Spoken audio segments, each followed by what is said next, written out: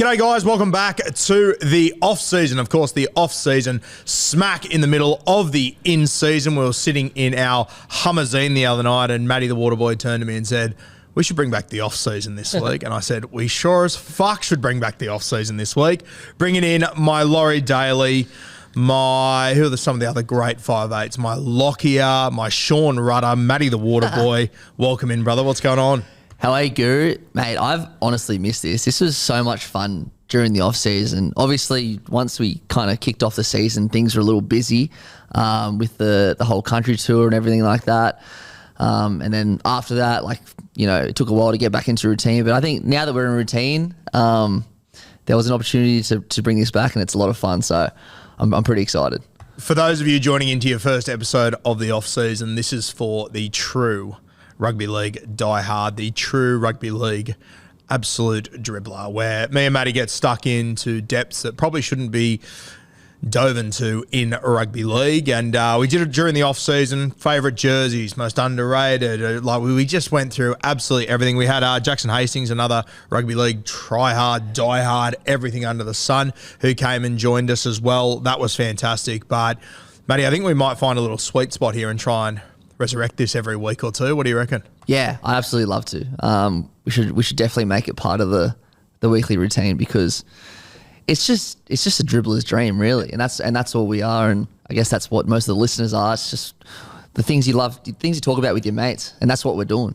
Once again, for those that are new to the off-season, this entire show was born out of every Sunday morning I'd wake up and I'd have a text from Matty at 3 a.m. saying, hey, who was the best left winger with a right-hand carry that wore a headgear? And I just thought, fuck, he's had a big evening. And every single Sunday morning there'd be a new random question. So we thought we'd go through those questions that you ask at the pub in the early hours of trouble o'clock and go through all those. So very exciting. So keen to have this back, a bit more of a relaxed chat. And in coming weeks, we only came up with this idea as we left the Monday show yesterday. So if there's any topics, no matter how ridiculous they are, like best headgear players ever, no matter what it is, maybe just leave a comment and we'll go through them, and that's what we'll do next time. The weirder, the stupider, the better. 100%. We're all here for it. Real pub chat. So, obviously, we've got State of Origin 2 kicking off tomorrow night up there from Suncorp. Sudden death game for the New South Wales Blues. And part of me thought, me and Matty could just do a preview of the game. But to be perfectly honest with you, as you guys know, I don't have a team, but New South Wales is my team, and that's when I'm at my absolute most bias. Matty obviously bleeds blue as well, so I thought, is there any point us even doing a preview? I mean, everything that you need on the preview is on the Bloke Monday show yesterday, and also the podcast that you do, so it'd just be rinse and repeat, I think. Yeah, 100%. So we thought we'd do something a little bit different. We're going to go through our most underrated players of all time in State of Origin. So we're going to go New South Wales and Queensland, go position by position and name one player each. Before we do get into that, Matty, can you show the crowd your fantastic T-shirt that you're rocking? It is. Yes. Now, I found this a couple of months ago, and then I had it in my room, and my wife came out with holding it, and she goes, what the fuck is this? And I went, oh, that's not mine. And she goes, no shit, it's not yours. It's a small. And I went, yeah, thank you. Didn't need that. Little drive-by there, but that's fine. That's Matty the Waterboy. And she's like, why are you dressing Matty the Waterboy? I go, it's a Waterboy shirt. Bobby Boucher.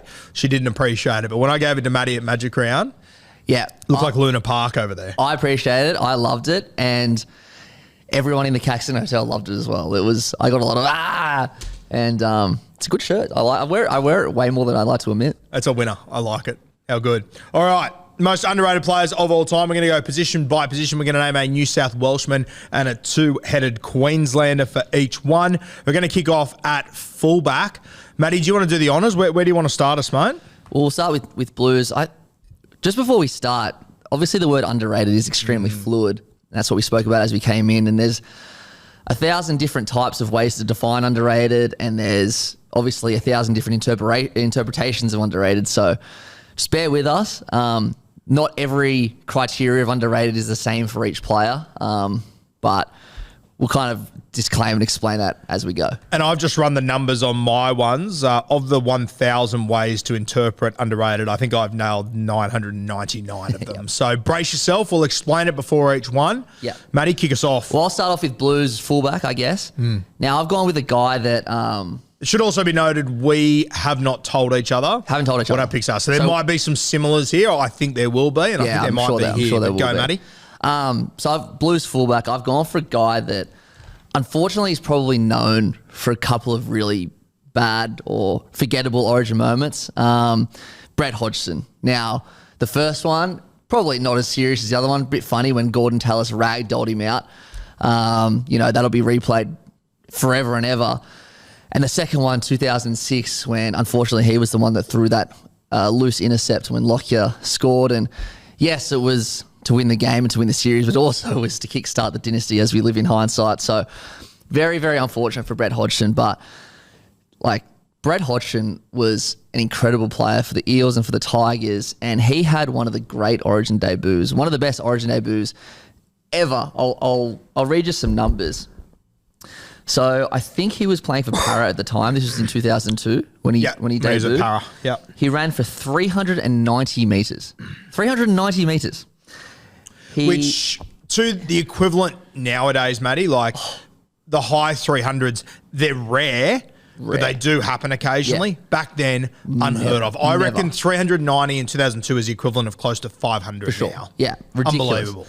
14 tackle breaks, 6 line breaks.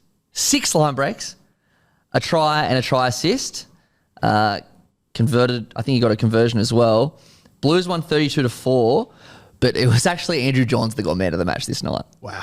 Which is kind of ridiculous. And for those younger viewers that might not remember Brett Hodgson or might not be aware of him, when we're talking about 6 line breaks, this is a guy that was built like a toothpick. Oh, mate, he's tiny. Wasn't overly strong, wasn't hard to handle, was just quick, and his awareness to put himself in the right spots was second to none, Brett Hodgson. So, and unfortunately, he is remembered for those low points. But geez, the high points of his career, as far as State of Origin debut, the West Tigers don't fire a shot in 2005 without Brett Hodgson. Yeah, 100%. He was tremendous for them. So, as much as that pass keeps me awake at night, the Gordon Tallis one, realistically, that could have happened to any fullback ever. That could have happened to Teddy. For sure, 100%. There's nothing in that one. That's kind of funny, that one. It is kind of funny, yeah. Some of the greatest commentary of all time. I reckon that's a podium finish for Rabsy. That was unreal. But yeah, the pass is obviously the one that probably haunts Brett Hodgson, myself, Matty, and everyone that bleeds blue. A tough one, but Brett Hodgson, very underrated. I like that one, Matty. Yeah. My New South Welshman. Now, your New South Welshman debuted game 1, 2002. My New South Welshman debuted game 1, 2003. Right. And it is the Count, Anthony Minicello. Oh, yes. I'm a huge Minicello fan, as I've told many times on podcasts and whatnot. I grew up going to the SFS every weekend, literally just as Mini's career started, and just watching the way that Mini, he changed the way that fullbacks played. And around that time, everyone talks about Darren Lockyer, Carmichael, these sort of guys, how they changed the game with their ball playing and everything, which they did 100%, but Anthony Minicello, when he made the transition to fullback, which shout out to Ricky Stewart, they won the 2002 premiership. Luke Phillips was the fullback. He retired at the end of that year, and the Roosters went into 2003 as premiership favourites, had to pick a new fullback, and it came down to 2 names, Justin Hodges or Anthony Minicello. And Ricky Stewart made the decision to go with Anthony Minicello, who was the Golden Boot winner only 2 years later. A huge call there by Ricky Stewart. And obviously the career of Anthony Minicello was derailed by a shocking back injury that just fucked him for about 4 years, maybe 4 or 5 years. And the rest. Yeah. Even when he came back, he was never the guy that he was at the start. That Minicello from 2003 to 2005, I genuinely think it's one of the best.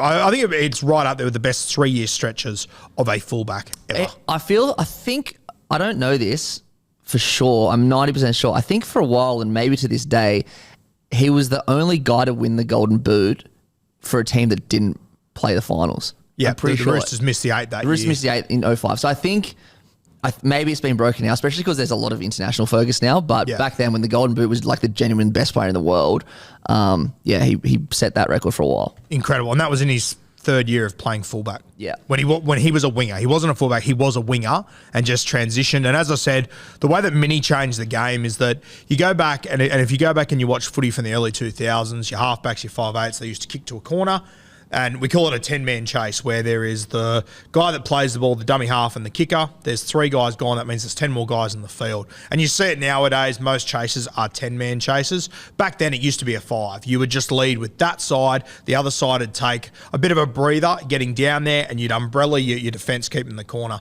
until Anthony Minicello came along, Matty, and he would go pinball, pinball, pinball. And if you didn't have a 10-man there, Minicello would make you pay for it. Yeah. And it honestly did. And if you have a look from when Minicello debuted and those first few years, he literally chased how teams had to kick chase, because you had to go with a 10-man now. You could not go a 5-man and put them in that corner because they couldn't contain Minicello. Those early years of him playing for the Roosters against Canterbury in particular, he always had huge games against the Doggies. Mate, the amount of tackle breaks he would get through, he would be a super coach fucking weapon, Minicello. Those Roosters Dogs games from the early 2000s are some of the best viewing you'll ever see. It's so good when Fox League bring them back. Yeah. And you can just watch like those 30-minute versions of them. And you know the best thing about those games is when you go back and watch them from like 01 to about 04, if you're someone that wasn't, into footy or old enough to remember it, you then watch those games, you go, oh, I realised why they let Thurston go. Yeah. Because they were fucking stacked and they didn't need him realistically. Obviously, in hindsight, it's an easy call to bag Canterbury for it, but wild. But Anthony Minicello came in, made his Origin debut in 2003, Game 1, scored 2 tries, came back in Game 2, scored another try there. So 3 tries in 2 games. The Blues won that series. 04, he plays 2 games, but then 05, which was a really big one. Obviously, it's remembered for Joey Johns and his incredible game too, but fuck, Anthony Minicello in that game, he scored 2 tries, collected 1 off the sticks, came off his right foot, another. Oh, that first try was just ridiculous. Unbelievable. And I remember I had Minnie on the podcast, and he said, Joey sort of said to him, I'm hitting the sticks here. You be there. They were standing on fucking halfway. Unbelievable. That gives me goosebumps, man. And when you go back and watch 05, you sort of, you look at the combination that Minnie and Joey had, and you straight away think, they would have played so much footy together.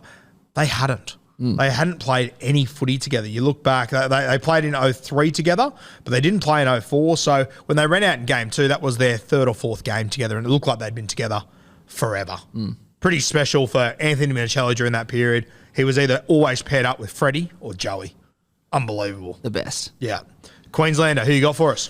Mate, Queensland was a little different from New South Wales because I guess you could say a lot of the people from the 8 in a row team would be considered underrated because of the freaks like Thurston, Smith, Cronk, Slater, Inglis, et cetera.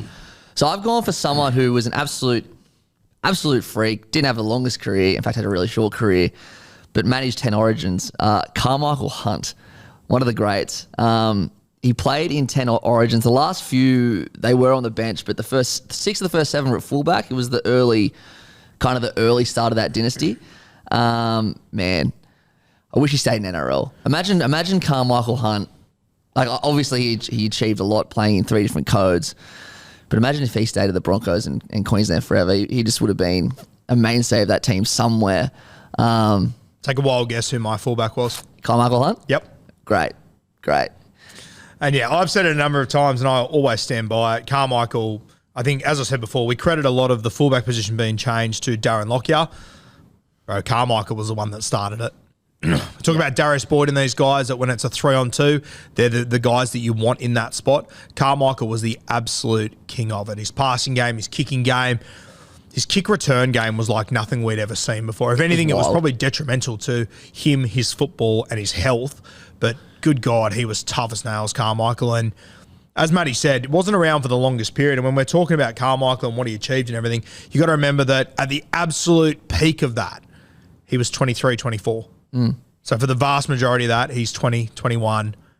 Fucking unbelievable. And still to this day, the only guy to keep Billy Slater out of that Queensland side. Yeah. It was a game where they benched Slater to start Carmichael. So, mate, I've said it a number of times, I think that if he would have stayed in rugby league, he would have either been the fullback or the 5'8" for the Queensland Maroons for a long time. He would have been in that team without a doubt. You got to think about that by that time, Darren Lockyer, he eventually would have retired. Carmichael Hunt would have become the main guy at the Brisbane Broncos, which means he would have been in that Queensland Maroons side that was so successful they wouldn't have changed it. For me, I think Carmichael leaving If he would have stayed, it completely fucks one of the careers of Billy Slater, Yep. Thurston or Cronk. Yeah. One of them just doesn't get into that team for as long as they did. And that sounds crazy, but if you go back and watch Carmichael Hunt's first few games, come back and tell me that he wouldn't have stayed in that team. Yeah. I suspect that maybe if I was going to pick one, maybe Cronk. Maybe Cronk, he would have got that. If Slater was like absolutely murdering it, he might have got that bench spot and then naturally gone into that 5'8" spot. Well, I think even if Slater wasn't Carmichael has to be somewhere. Yeah. Absolute worst case scenario, he's the 14. Yeah. But if he was the 6, I think they'd pick Thurston on the bench. If he was the 1, I think they'd pick Slater on the bench. So yeah, I tend to agree with you. I think Cooper would have been the one to miss. But fuck, it would have been interesting when the time come then, when they had to have a half back there. Do you go with Cronk or Thurston? Absolutely. Isn't it wild that you strip it back and think that 8 in a row team lost Carmichael Hunt and Israel Folau? Yeah. It's just not fair. If we had Carmichael, it wouldn't have been 8 in a row. Yeah, for sure. I'm so confident in saying that, and they managed to lose him, and with all due respect to Carmichael, it didn't matter, despite how fucking good he was. Ridiculous. Unbelievable. Yeah, big loss to the game he was when he left. It was massive. Okay, let's talk wingers, mate. Yep. Who do you want to kick us off with? Well, let's go Blues. Yep. For the wing, I've gone one of my favourite players ever. Not so much for on the field. Like, obviously, I liked him on the field as well, but I had a lot to do with him in New South Wales Rugby League. Got to know him. Matt King. Bit of a story about Matt King, and this is public domain, so it's fine. He quit rugby league in 2002. He just lost interest, and then he started doing garbage runs, started bartending, just not interested in the game, and just kind of, I think in his words, he kind of maybe went off the rails a little bit. Then I think he decided to give it another crack in 2003, and then met Craig Bellamy. He got signed by Melbourne, and within 2 years he was playing for the Blues. Like, he went from literally doing casual work, not interested in footy, to playing State of Origin. Obviously 2005 is known as the Joey series, and Joey probably should have won the Wally Lewis medal, but it was Matt King that won the Player of the Series. Did he win it? Did he? He won the series. Let me double Google that, but I'm next to sure he won. He scored a hat-trick in the last game. He was unbelievable. Well, whilst you are Googling that, I think it needs to be remembered with Matt King, and I've never heard that story about him essentially giving rugby league away. That's wild. But when he did come into first grade, he was so rough around the edges, it was not even funny. I remember watching him in the very early parts of his career and sort of thinking, huge potential, but geez, he's got a lot of things to sort out. And I reckon that 2-year period between, really bursting on the scene for Melbourne and playing Origin, he worked on his craft so fucking hard and just eliminated all these little errors, positional plays, all this sort of stuff. Geez, he turned out to be a great player. I'll never forget, was it the fight? Who do you have a stink with, Matt? Did he have a stink in a Kangaroos game? For Australia. With Manu, was it? Manu Vatovai? Oh, I'll Google it. Was that Wally Lewis medal thing correct? Okay, so Minicello won the Wally Lewis medal, but Matt King won the Brad Fittler medal. So the New South Wales Player of the Series. I'll never forget that Origin play he had where he was going over the sideline and he threw it back over his head. It might have even been Minicello that he threw that ball to. But yeah, he had a stink one night. Oh, yeah. I think it might have been Badiris. Bedsy, that's who it was. Yeah. You're right. Yeah, it was Bedsy. He had a stink one night. I want to say Mount Smart Stadium 2006 or 7. Yep. I want to say it was. And he had a stink with Manu Vatovai. And fuck, they went at it. I think I'm looking at it now. No, that's the wrong one. Anyway, it doesn't matter. Yeah, he was a great player, Matty King. He's awesome. And he turned out he went through the... had a good career. Came back for the Rabbitohs at the Nines actually, and scored the the winning try in golden try grand final against the Sharks. What year was that? Was that 15? 2015. Yep. Isn't that mad that you brought back Lottie Takiri, then you brought back Matty King? Matty King. Yep. That's hectic. It was awesome. And then he became he was on the coaching staff of the Rabbitohs, and then to the Roosters. Is he still at the Roosters? I think. I want to say he is still at the Roosters, but Yeah. I'm not 100% on that. Yeah, but- he's not part of the Blues system now, is he? No, he used to be. He was the 20s coach, I think, and I was in the camp that year, and he was bloody awesome. No shot. He's a very smart guy. Knows what he's talking about. So yeah, and just honestly, one of the best blokes you'll ever meet in your life. So. He always comes across to look like an absolute champion. Oh, he's awesome. He's absolutely awesome. All right, my pick is a guy that you probably when you first think about this guy, you probably don't think winger, but he actually played every single one of his State of Origin games on the wing. And Matty, this guy only played 5 Origins for New South Wales. He scored 4 tries and he went undefeated in all 5 games, which is a pretty rare thing to do, to win all your Origins when you play 5 of them. Yeah. Is a pretty good knock. He was always a fullback at Clubland. Have you got any idea? I have no idea. Always a fullback at Clubland, won a number of comps in the early 90s, made a move to a Sydney club in 2002 and won a comp with the Roosters on the wing, Brett Mullins. Oh, I should have got that one. Yeah, so Mullo he only played 5 Origins, which blew me away. Yeah, really surprised me. More than that. 2 games in 1994, they won both of them. And then in the 1996 series, he played 3 games, scored 3 tries. So he actually played 94, didn't play 95, then played in 96. They were the only 5 games of State of Origin that the Green Greyhound ever played. Brett Mullins scored 4 tries and won 5 from 5. I very highly doubt there would be a Blues player. There might not even be a Maroons player, realistically, that has played 5 games and not lost a game. Very rare. Yeah, that's as Dan likes to speak about, and he's 100% right. The 8 in a row thing has kind of warped everyone a little bit. If you take that away, which I know you obviously can't, but if you do take that away for the sake of the argument, it's basically 1 in, 1 out, 50-50. So to play 5 games and win all of them is pretty fantastic. But you even have a look at that Queensland Maroons, 8 in a row, the dominance. Like, that team at no point won 5 games in a row. Nah, you're right. There was only one whitewash in the whole... whitewash. In all 11 of 12 series that they won in that 12-year period, there was only one whitewash. Yeah, it's wild. So to win 5 Origins, and you got to remember as well, like, it's not like it was... it was obviously a dominant Blues team, but 94 and 96, Queensland won in 95. You know what? I'm going to throw another one at you. He actually played 2 Super League Origins and won both of those as well. Did he really? So he's 7 from 7. Fucking hell, Brett Mullins. That is definitely a record. That's unreal, yeah. Very underrated player, Brett Mullins. I didn't know he only played that, let's call it 5 Origins. Yeah, it's I crazy. thought he played more than that because, Well, I guess like Tim Brasher would have had his spot. Andrew Eddinghausen would have had it for a while. I think Brasher played about 11 games. Yeah. Yeah. So, obviously Origins is very tough to make, but I would have thought that Brett Mullins in that Canberra side, with the versatility that he had, I thought he would have shit into a lot more Origins. Maybe there's injuries, suspensions, things that played a role. I'm not sure, but Brasher played 21 games. I really went unders on that. Who's one. that? Sorry. Brasher. I said Brasher played 11. He actually played 21. I went unders there. Yeah, it's Timmy Brasher, and I think the second most capped New South Welshman of all time is Andrew Eddinghausen. He had like 27 games or something. Yeah. It's wild. I actually sat at the pub with the weekly Rubdown boys a few weeks ago and we were talking. I said to them, I knew it was ET, and I thought, this will be interesting to see if they're able to pick who played the second most Origins. I gave them 15 guesses and they didn't get it. ET.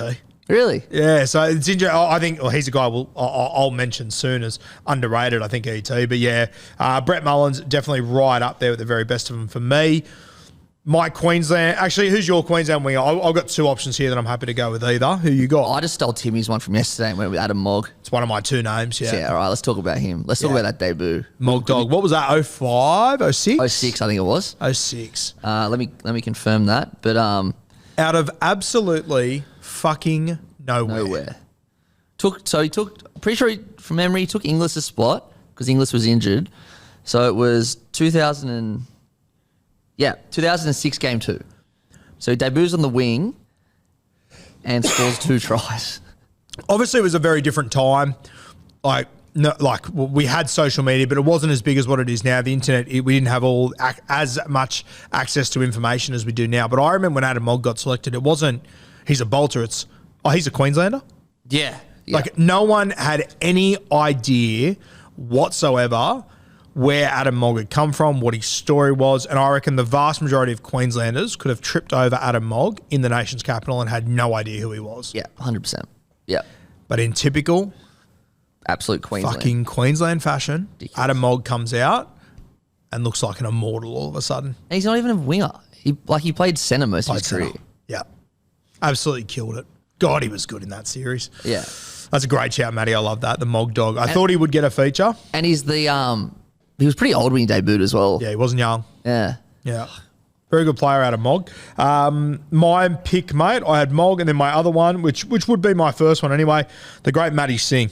I was thinking about Matty Singh as well. Yeah. I love Matty Singh. Oh, absolutely love him.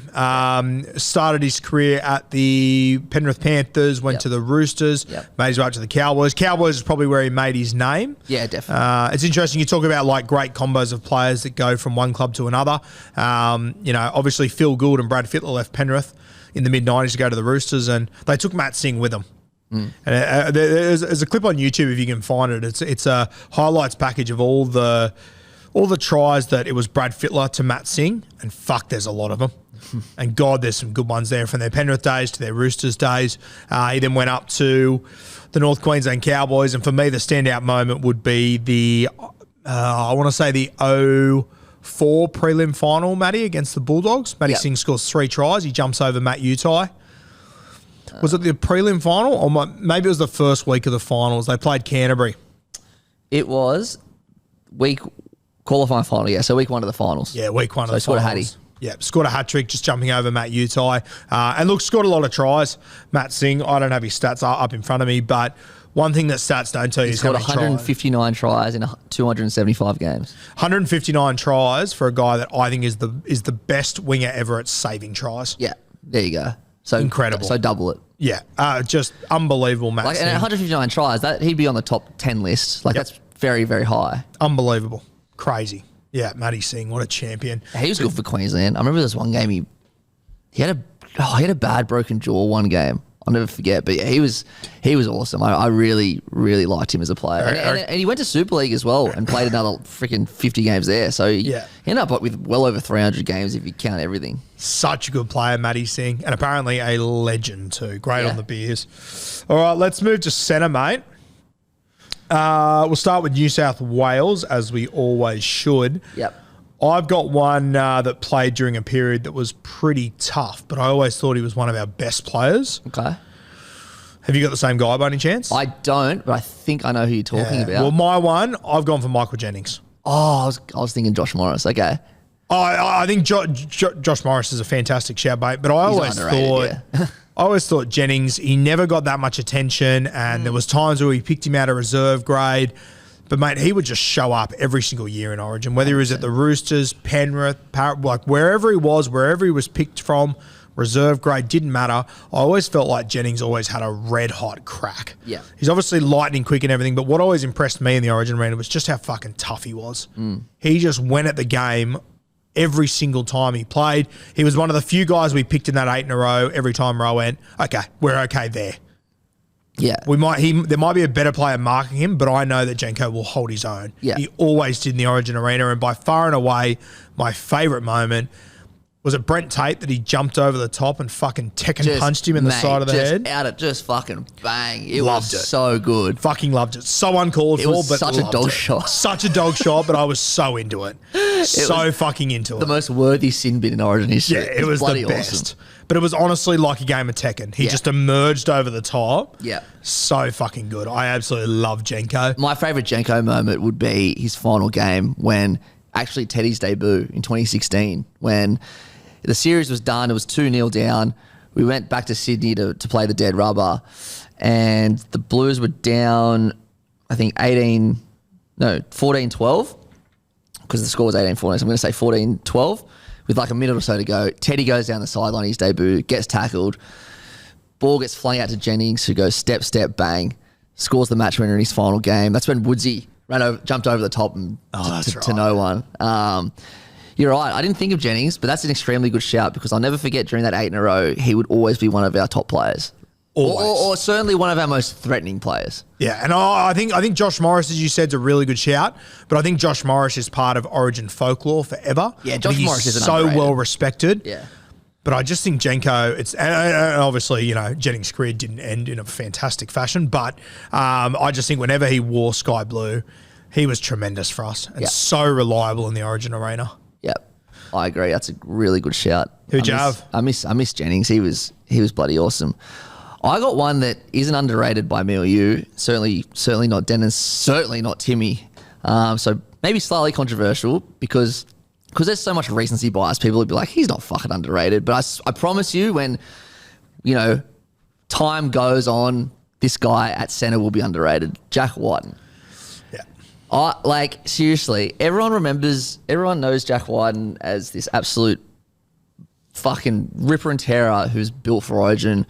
But when he played centre for the Blues, now I know that maybe in the 2020 series when he played centre, he didn't have the best series. But let's not forget, I know you can't write the series off, but it was at the end of the year. There was just so many circumstances. So just ignoring that one for a quick moment, he debuted in 2019, came off the bench, threw an intercept. We lost the game. That could destroy anyone. Freddie says, nah, you're in my team next game and you're my centre. Game 2 over in Perth, the plan was to... what was the plan? It was to get to 5th and then just kick to the corner, whatever. It was a really basic, simple plan. On 3rd tackle in the first set, Jack Whiten gets the ball, kicks it straight at Ponga and just sprints at him, absolutely destroys him. And Joey at halftime said to him, mate, what are you doing? And Jack Whiten said, I felt like I just had to do it. I just had to get into the game. Just those are the little moments that you absolutely love. He killed it at centre then. He killed it at centre for game 3. But the best game at centre he had was game 1 last year, which unfortunately ended up being his final game. I wish Jack Whiten didn't retire from rep footy. I don't know if, I don't know where he wouldn't have played at centre. Or, actually, he probably he would have. Actually, he definitely would have played at centre because Latrell's out. He would have played game 1 and game 2 left centre. For sure. Yeah, you're right. What a silly thing to say. Yeah. So I reckon as time goes on, he's going to be forgotten as one of our gun centres. No, I completely agree, mate. And I think that I loved about Jack Whiten when he was playing Origin. And to be honest with you, when Jack Whiten first made the move to 5'8", I wasn't a huge fan of it. I didn't think he'd be able to do it. I still think there's a lot of gaps in his game as a 5'8", but the one thing you can't question with Jack Whiten is that he just wants blood every single time. For sure. And I'll tell you what, as soon as Liam Martin stepped on the field in game 1 for the Blues, and I just saw a couple of things he did, whether it be his kick chase, just the way that he hits, the way that he takes the ball forward, I straight away went, fuck. Imagine if we had Liam Martin and Jack Whiten on that left edge. Yeah. Two just out-and-out Origin guys. Yeah. Would have been perfect. And that's the greatest compliment you can give to Jack Whiten. I don't think he's a fantastic 5'8", but he's a fucking good footballer and he's an Origin player. He's a perfect Origin player. Crazy. 100%. Be like Greg, I'm sure Greg Bird's now will get mentioned later. Be like Greg Bird. You bet your dick Greg Bird's going to get mentioned later. Just built for Origin. Yeah. I already miss Jack Whiten and he's coming to my fucking club next year. Yeah. But I miss him in Origin. Oh, fuck, man. it's going to be good to see him at South. Now, Queensland, this one is probably my most controversial because I've called it underrated, even though he's absolutely not underrated. He's one of the best players of all time. But I think a lot of these listeners here would be, 20s, 30s, not so much, 1980s footy. So, and when you think of great centres and great Origin players, you think of what? Greg Inglis, Mal Meninga, even Justin Hodges, the Pearl. But if you, Queensland absolutely dominated the series in the 1980s. Origin in the 1980s. And one of their best players was Gene Miles. And I know you can't call Gene Miles underrated, but I think a lot of people would barely know how good he was because he's just not put in that same category as Mal Meninga and all that. So I'm not calling him underrated because I'm sure people, a bit older would listen to this and think, what the fuck, he wasn't underrated. But people our age who've barely even heard of him don't know how important Gene Miles was to Origin. Didn't get to watch him play, but just hearing about how other people used to watch him and other people that played with him. I heard Gordy Tallis talking about him on the Bloke podcast the other day. And, it was because of that I actually went back and had a look at his highlights and learn more about him. But I'll tell you a little yarn about Gene Miles. So I had, on the podcast last year, I had Martin Afire on. Now, for those of you that don't know Chariots, Martin Afire, he was from the Super League. I think he's one of the fastest players to ever play our game. Played late 80s, early 90s. An unbelievable try-scoring record over there in the English Super League. Came to the NRL a couple of times. Played with the Roosters. I think he might have played with the Dragons too. Did reasonably well out here, showed what he could do, but it was for England and in the Super League where he did his best work. There's a famous semi-final one year where he scores 10 tries in a game. That's a semi-final of the Super League, right? And you saw, when I remember talking to Martin Fire, and he played a gazillion games as well. Just played so much footy around the world and everything. And I remember I said to him, if you're playing on the wing and you need someone inside you from all time, who would it be?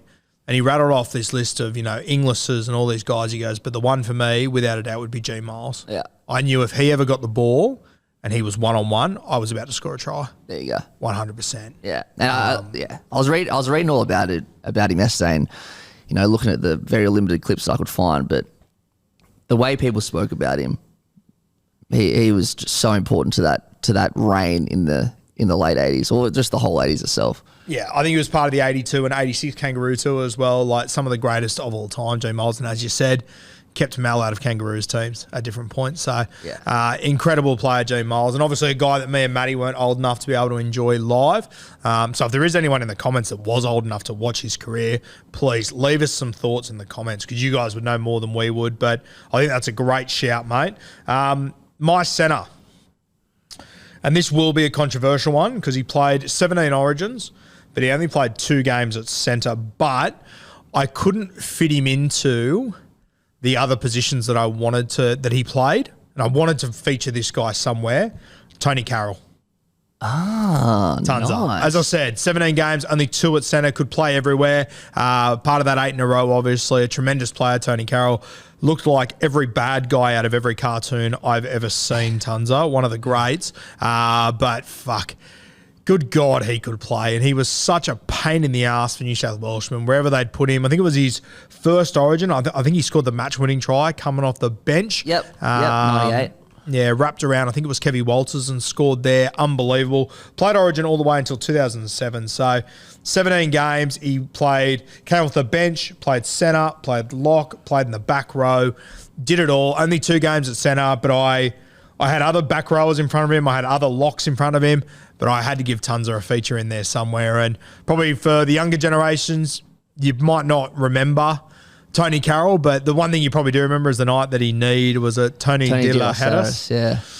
Great clip. I was looking at live. I was up. That was a South game, wasn't it? South Broncos, up at Suncorp. Yeah.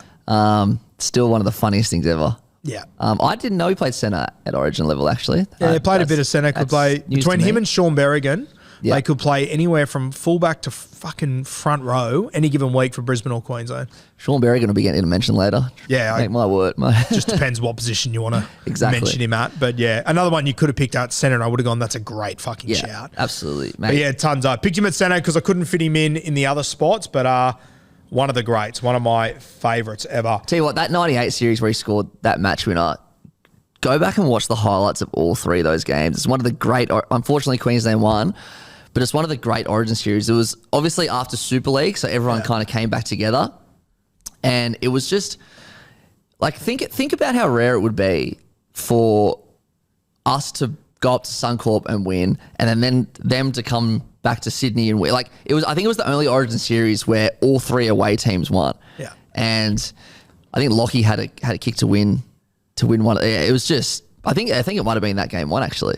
Yeah, quite possibly. Yeah. So go back and watch that 98 series. It's one of the greats. And when you talk about like some of the great ball players ever, how like they all had their bodyguard. Yeah. You want to talk about Darren Lockie's bodyguard? Here's Kevin Costner. Yeah. TC, Tony Carroll. Mate. Just the way he was so brutal in defense. He was brutal. Oh, so good. You're right. He just looks like a cartoon character on that field, but yeah, he looks like someone you don't want to mess with. He looks like he'd like dominate the world and have a red button to end it at any given moment. Sure. Yeah. He always reminded me of, I forget the name of the fella, but the guy that Crash Bandicoot always went head to head with. Oh, yeah. Fucking dead ringer. Absolute dead ringer. N-head or whatever his name was. All right, let's move to 5'8". Yep. I've got a feeling we both might have the same New South Welshman. I've got a feeling. I don't. I picked a bit of a roughie. Okay. My 5'8" is a guy that I just think I think he's well respected, but I don't think he's held at the heights that he should be. And I think when he came in to play Origin, he just represented everything that is Origin. It's about going out, getting punched in the face, reacting to it, not getting bogged down in mistakes, just getting on with the next job. And for me, mate, James Maloney. I knew you'd say James Maloney. 100%. I heavily considered him. Yeah, and the moment that stands out for me is the intercept to Val Holmes. Val Holmes takes it all the way to the house. Yeah. They're standing behind the trial line, waiting for Queensland to convert, and he's spraying blokes. And I could just imagine them standing there going, fucker, you just threw the intercept. You're why we're here. He didn't give a fuck, mate. And we were winning at that point, and the try put Queensland in the lead. Yeah.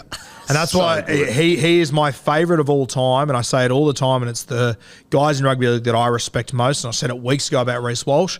He could make 10 mistakes, and he's fucking ready to make the 11th. Absolutely. Because he doesn't remember the fuck-ups. He's just on that next play. And that's what made James Maloney so good. And I wish he would have played more Origins for New South Wales. Classic example, we're going to Suncorp tomorrow night. I'm nervous as fuck. Yep. If we had a James Maloney, I'm going, okay, we'll be okay. Might not win, but we'll be okay and we'll hang in there. Mate, not only do I wish he played more Origin, I just wish he was our 5'8". Yep. Like, he was in and out a bit. Like, he played series here, series there, blah, blah, blah.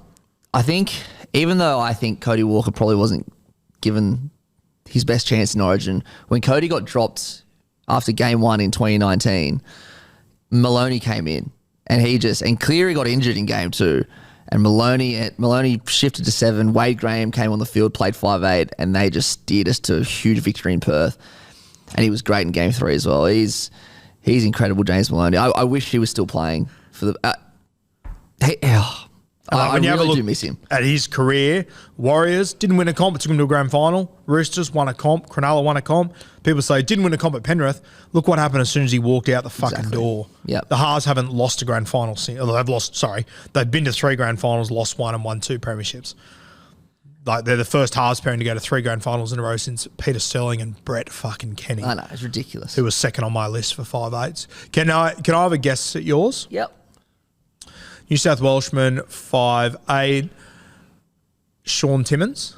No, considered him. Considered him? It's not Brett Kenny? Nah, I don't think you'll get him. It's a bit of a roughie, but you won't be too surprised. Todd Carney. TC. Saw him the other day down in Canberra. Oh, really? Yeah, he was standing out the front with us after. It's a good looking bloke, Todd Carney. I've seen heaps worse. Yeah. Most mornings. He only played 1 Origin series in 2012, and obviously 2012 is known as... Was it 2012, was it? Yeah, 2012. Yeah, right. Because Jamie Soward was 2011.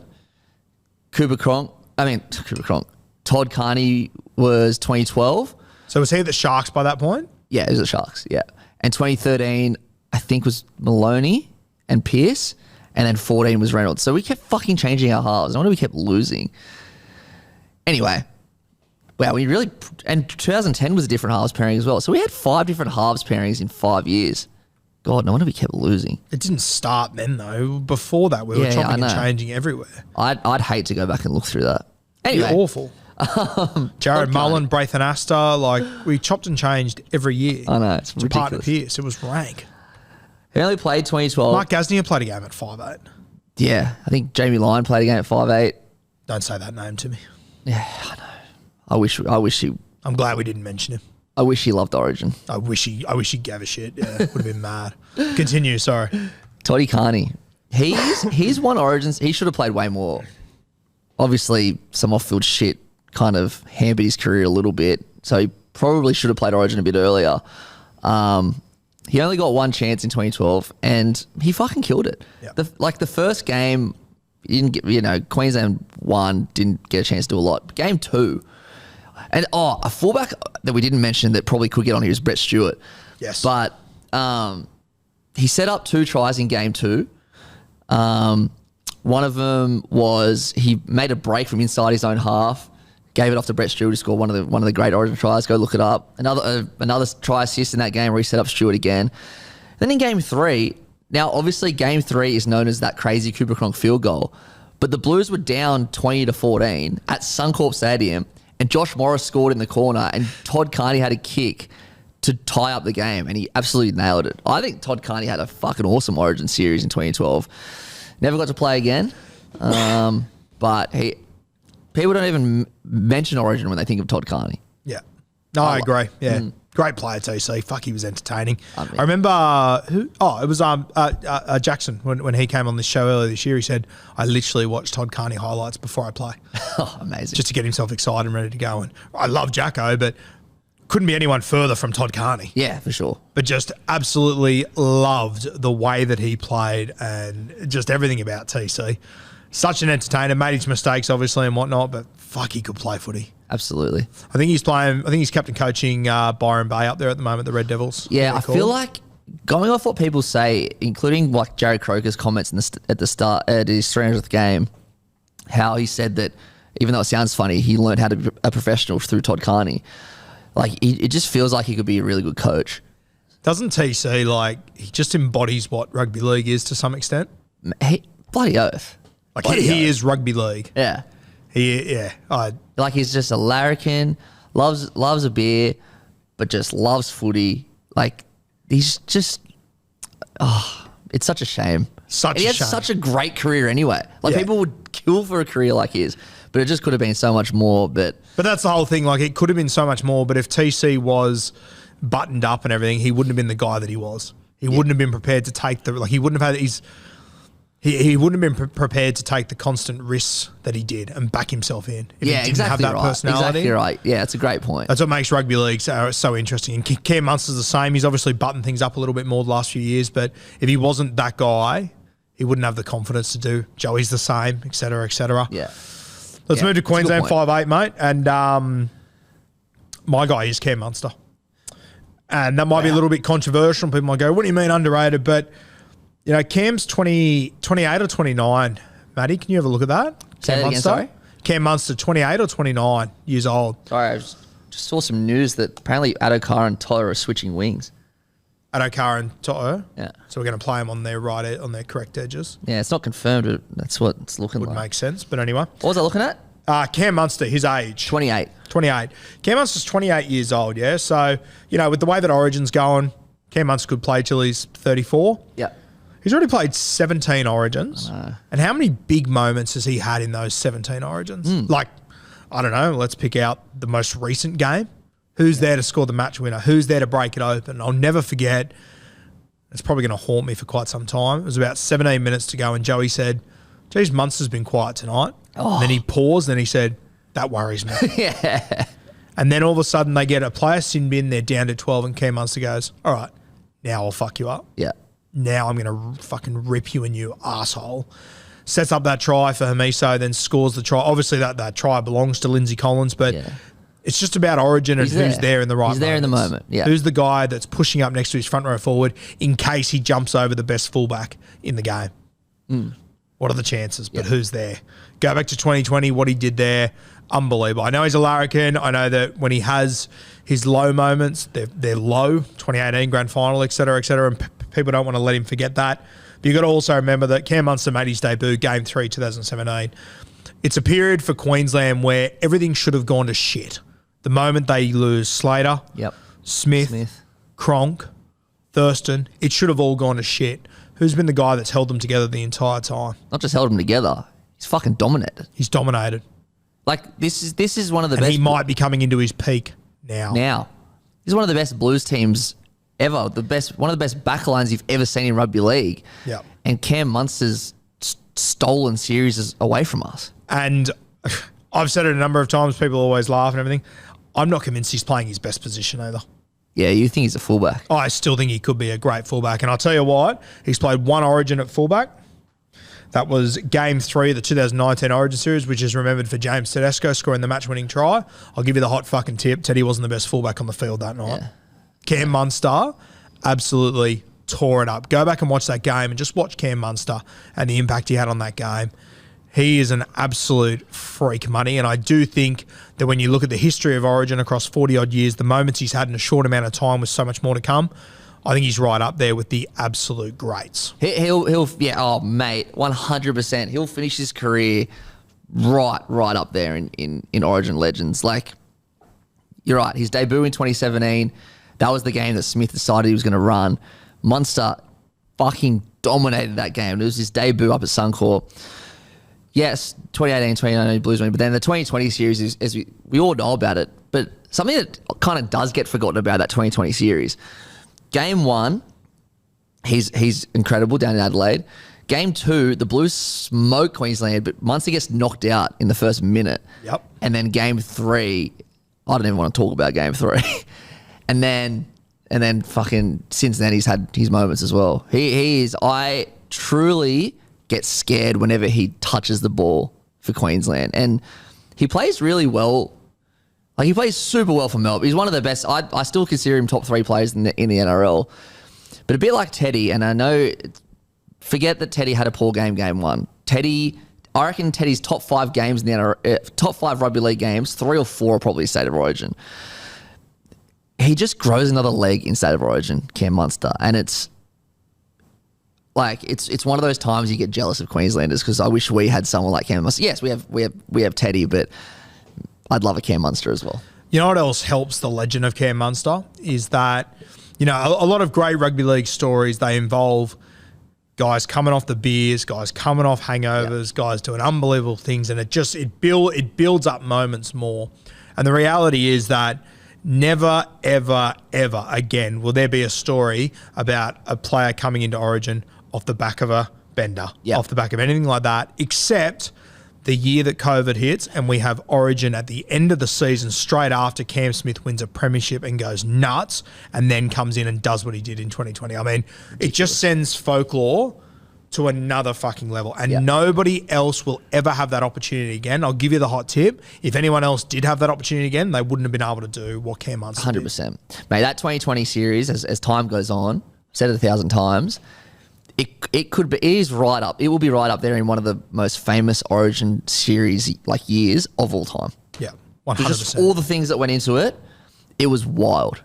All right, Matty, who have you got as your Queensland 6?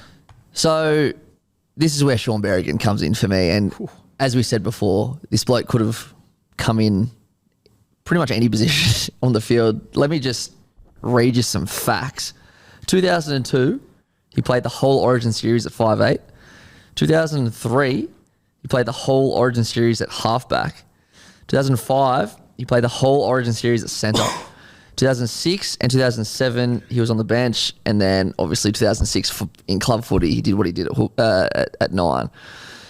So arguably the most versatile man in the history of the game, definitely right up there. But I guess Queensland was so hard in a couple of the spine positions because all I've seen basically is absolute elite rugby league players in these positions. So had to slot him somewhere. But yeah, Sean Berrigan is my 5'8". I think Sean Berrigan is one of those guys, him, Jason Croker, Chris Flannery is another one. Every time I open up their Wikipedia or something about them, I learn something new. Or I find another fact that I'm just like, what the fuck? They played there. And then the next year they played this position and achieved this. It's incredible. And Sean Berrigan is an absolute cracker. I reckon he has got a feature in 70% of the off-season episodes. Oh, yeah. He's definitely our most brought-up player for sure. He's a classic you and me talk at the pub at 2 a.m, Sean Berrigan. Yeah, 100%. Absolute cracker. What a player he was. Matty, if I put it to you and I said, what was Sean Berrigan's best position? I was just about to ask you that. I don't know. God. I think I'd go with hooker. I think hooker would be my shout, but I actually think centre would probably be his next best position. I thought it was a centre. He was unreal. I'm probably with you at hooker. I mean, he did win the Clive there, didn't he? Yeah, he did. Yeah. So, far out. He was just so versatile. So versatile. And just so good at all those positions as well. Yeah. Like, he couldn't just do a job. Like, he was great at so many positions. Yeah, and I look at, like, probably the best utility I think I've seen that was an out-and-out utility is probably Craig Wing. Yeah. But, I mean, if you're looking for, would the impact that Sean Berrigan had on a game be that much different to Craig Wing, and he could realistically play centre, fullback? Like, I reckon he could cover more positions than Craig Wing could. Yeah.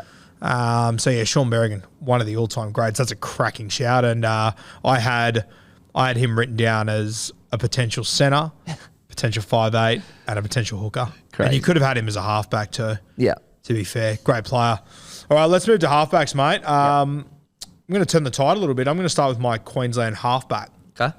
He's a guy that he only played 5 games of Origin, won 3 of them, only scored the 1 try in State of Origin, and he came along just as well. He played the 2004 series. He was the halfback for the Queensland Maroons in the 2004 series. So just before your Thurstons, your Cronks, all these guys sort of pop up and start to take over. He then played a couple of games in 2008. So not a stack of Origins, but mate, Scott Prince. Another one of our absolute favourites on this panel, a tremendously talented player. I noticed the other day, I might get it up whilst we're sitting here, Sean Johnson named his greatest touch football 6 of all time on the Warriors page. Yep. And I was so happy to see Scott Prince get a feature in it. So he had Josh Adokar, Kalen Ponga, Benji Marshall, Tamate Martin, interestingly enough, and Scott Prince. A tremendous player, Princey. I'm pretty sure Scotty, by the way, Scotty Prince was my halfback as well. Oh, was he? We've got the same one. I actually suspected that we'd have the same one for that one. He's a pretty obvious underrated Origin player and just a victim of unfortunate timing. Bit like Stuart McGill, Shane Warne type areas. Yes, where 100%. He's so elite, and he'd walk into a lot of teams in a lot of areas, but just that 8 in a row team, you just can't get a start. And I mean, even when you think about other halfbacks, like Sean Berrigan probably would have been my next one. Maybe Adrian Lamb after that on this list, but Princey for me is the standout. Yeah, for sure, 100%. I'm pretty sure touch footy. I'm pretty sure he played long after he retired. I think he's still playing up there. Still playing, yeah. Carving too. He might have been. I could be wrong. He could have been an ambassador for TRL as well. Maybe Touch Rugby League. It was. If it wasn't TRL, it was one of the other ones. Yeah. I don't know, something. Yeah, but what a great player he was. Yeah, and when you get to watch some of those touch highlights, if you can get your paws on them, I think he puts them on his page sometimes. He has not lost a beat. Yeah. He still looks. He looks like he can still play NRL. It's wild when you see guys, and obviously, it's at a different level, and it's hard to compare. But when you watch a guy like Scott Prince, he's obviously got older and older and older, but he understands the game more and more and more. And whilst he's slowed down, you can just see that everything, the game has slowed down for Scott Prince even more. Like the few times I've been able to watch Cliffy Lyons play Oztag, he's barely out of a shuffle. Yeah. But he is just fucking with everyone. Yeah, of course. It is unreal. It is so good to see when you see a legend like that. And whilst most people probably wouldn't put Scott Prince in the legend category, played for the Kangaroos, played for Australia, Clive Churchill medalist, premiership winner, led the most unbelievable premiership of all time. Yeah, right up there, if not definitely. I think there's a fair argument. Easily the best player that year for them. Oh, without a doubt. I think there's a really fair argument that when you look at premiership winning sides and who was their MVP, geez, I think you'd really struggle to find a more valuable player than what Scott Prince was to that Tigers side. For sure. Everyone wants to talk about Benji, and fair enough. He was a freak and he had that moment, but Scott Prince had his hands all over that season. Princey's team. And I mean, you go through other premierships, you have a look around, most of them include 2 or 3 absolute stars. Every Melbourne premiership, obviously you got the big 3. Even you go back to Joey's premierships, you've obviously got Danny Badiris, Robbie O'Davis, these sort of guys. When you look at Scott Prince's, people forget that Robbie Farah was a 20-year-old, Benji Marshall was a 19-year-old. Brett Hodgson was his other main guy, realistically, who's not remembered as an out-and-out, legend sort of thing. So I think Princey holds a very special place in rugby league history. And obviously, him, Preston, Luke Bailey, the foundation members of the Gold Coast Titans. Yep. And I think for a lot of people, and I don't know, maybe I'm the odd one out here, but when I think Titans, I still think Scott Prince. I think Scott Prince, Matt Rogers. Yeah. I think of a lot of that 07 to 010, 11 era, just the Jetstar with the... the Jetstar jersey. Stop the best. How good. And, the Gold Coast Titans is a new franchise coming in. You look at what the Dolphins have done so far this year and how incredible it's in, how amazing it's been. They're sitting 10th on the ladder. Scott Prince had the Gold Coast Titans to a top 4 finish, a game away from a grand final within 3 years. 4 years. 4 years. Yeah. Unbelievable. Crazy. He played 300 games, I'm pretty sure. I think he played about 16, 17 seasons. Yeah, he would have. And you know what's crazy about Scott Prince? Can you actually, I've got it here how many games he played. I think he did get to 300. Yeah. He got to 300 on the dot. Oh, there you go. You got to remember with Princey is I think that by the time he was 23, he had 3 broken legs. Yeah. So he missed out on a lot of footy early when he was up at the North Queensland Cowboys that, he could have played a lot more footy than what he did, Princey, and he still played a fuckload. Yeah, I think his early Broncos years were pretty depleted as well, just Yeah. before he went to the Tigers. 100%. Yeah, tough gig. All right, you got New South Wales halfback for me? Yes, I don't remember who. Oh, yeah, Mitchell Pearce. Interesting. The biggest New South Wales most unfair whipping boy in the history of rugby league, I reckon. Like, thrown into the Wolves pretty early in his career. This was the most obvious pick for me.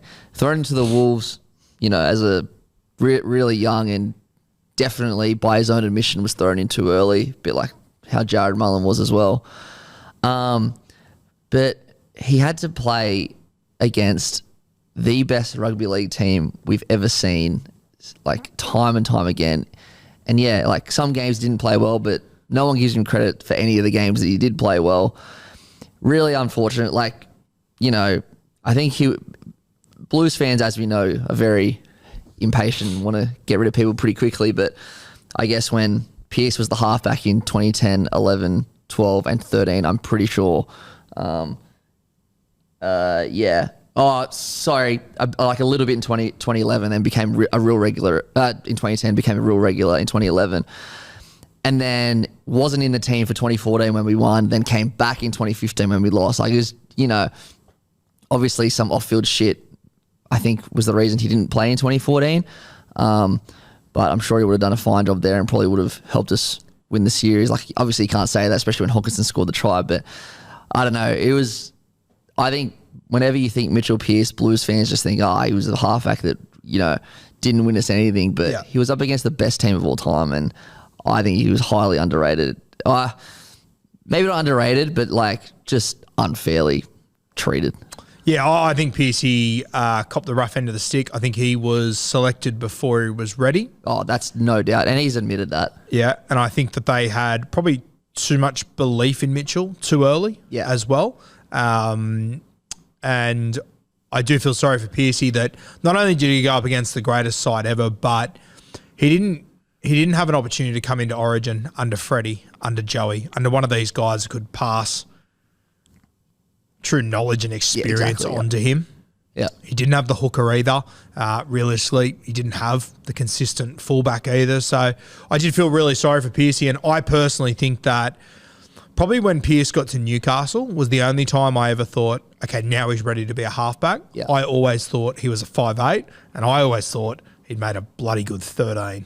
Yeah. Up until then. So I personally never thought that when Mitchell Pearce was in charge of that New South Wales side that he was a halfback. And I also thought that was evident in clubland that he needed guys like Todd Carney or he needed guys like James Maloney to take control of those sides. So I do feel really sorry for Pearce in that regard. And I look at him now and I go, fuck, I reckon he'd be such a good signing for so many clubs. Yeah, I agree. Because now he's got that maturity that he just wasn't ready for. Like he wasn't ready to be an Origin halfback for the vast majority of the time they picked him. And then when he did get his opportunity back in 2020, he did really well, I thought. Yeah, well, 2019. He threw one of the important passes in that final try, and I'm so glad he got to have his moment. He was front page of the newspaper the next day.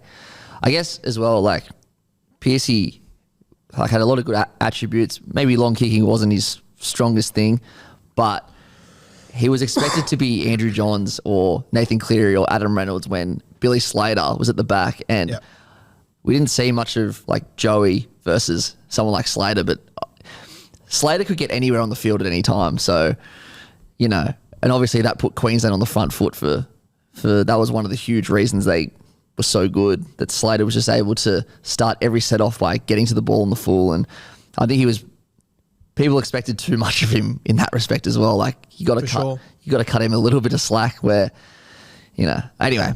And for sure, I think that with Pearcey too, like you've got to just appreciate that, like as much as he made errors, as much as he made poor decisions during that period, like it was never through like a lack of trying. Yeah, exactly. Like Pearce was a fucking goer, a mad defender. He went out the game. He had a good running game, which is why I always thought he'd be a hectic 13, just to be able to chime in here and there instead of having to carry a team on his shoulders. Yeah, I feel like as much as, you're selected to play halfback and it's your responsibility and all that, I do think that Pearce was poorly utilised at a lot of times throughout his career. Yeah, totally agree. At points in his career where he wasn't ready, nor are the vast majority of footballers, but they're not thrown in the deep end like Pearcey. Yep.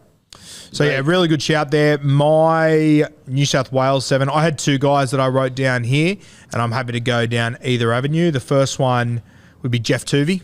Yeah, I thought about him too.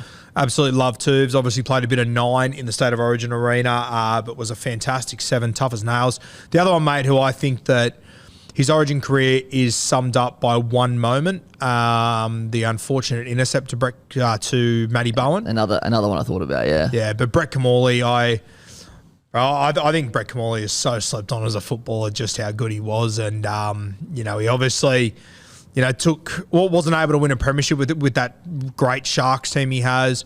He took Canterbury pretty deep, wasn't able to get it done, but mate, a guy that went down to absolute rugby league wilderness in Melbourne, arrived there as, played a couple of games up there for the Hunter Mariners, unwanted realistically, arrives down there at Melbourne with his Hunter Mariners teammate Scott Hill, and they managed to win a premiership for the Melbourne Storm in their second year in the competition. Yeah. And he was the Clive Churchill medalist. We've spoken about, you would never ever mention Andrew Johns in this podcast because he's, one of, if not the greatest player of all time. Definitely, in my opinion, the best Blues player we've ever had. And he was shifted to 9 to 14 in order to get Brett Camorley into the side. And that's what defines it. They needed Camorley in the side, and maybe Joey was the better halfback, but they needed them both in the side, so they just fit them both in to accommodate both of them, which shows so much for Brett Camorley. One thing about Brett Camorley that I'll never forget in the way that he played his game, which was a little bit different to most halfbacks, is that most halfbacks, and Jonathan Thurston was a master at it, where he'd get the ball from 40 metres out and he'd kick over the front line. It was sort of like a chip, but it was like a 40-metre chip, and it'd just sort of always dribble into the in-goals and sit. And Brett Camorley is very similar. Difference was Brett Camorley, and I personally think at times he made rugby league harder than what it needed to be, but he was so good at doing this. You watch the way that Brett Camorley used to kick. He used to actually kick through the line. He wouldn't kick over it. He'd kick through the line, which is at pace and at everything is incredibly hard to do. But then you go back and you have a look at Brett Camorley's game and you watch all of his kicks. They were all like that. Very, very rarely was he ever charged down. And I reckon if you made other guys kick the way that he did, it'd be fucking carnage. Yeah. He was a freak at being able to do that. Once again, probably made it harder than what it needed to be. But that's the sort of skill set that Brett Camorley had, that if you're a fullback, you would never get a running start on the football. It would always dribble down to you. He would always have total control of it.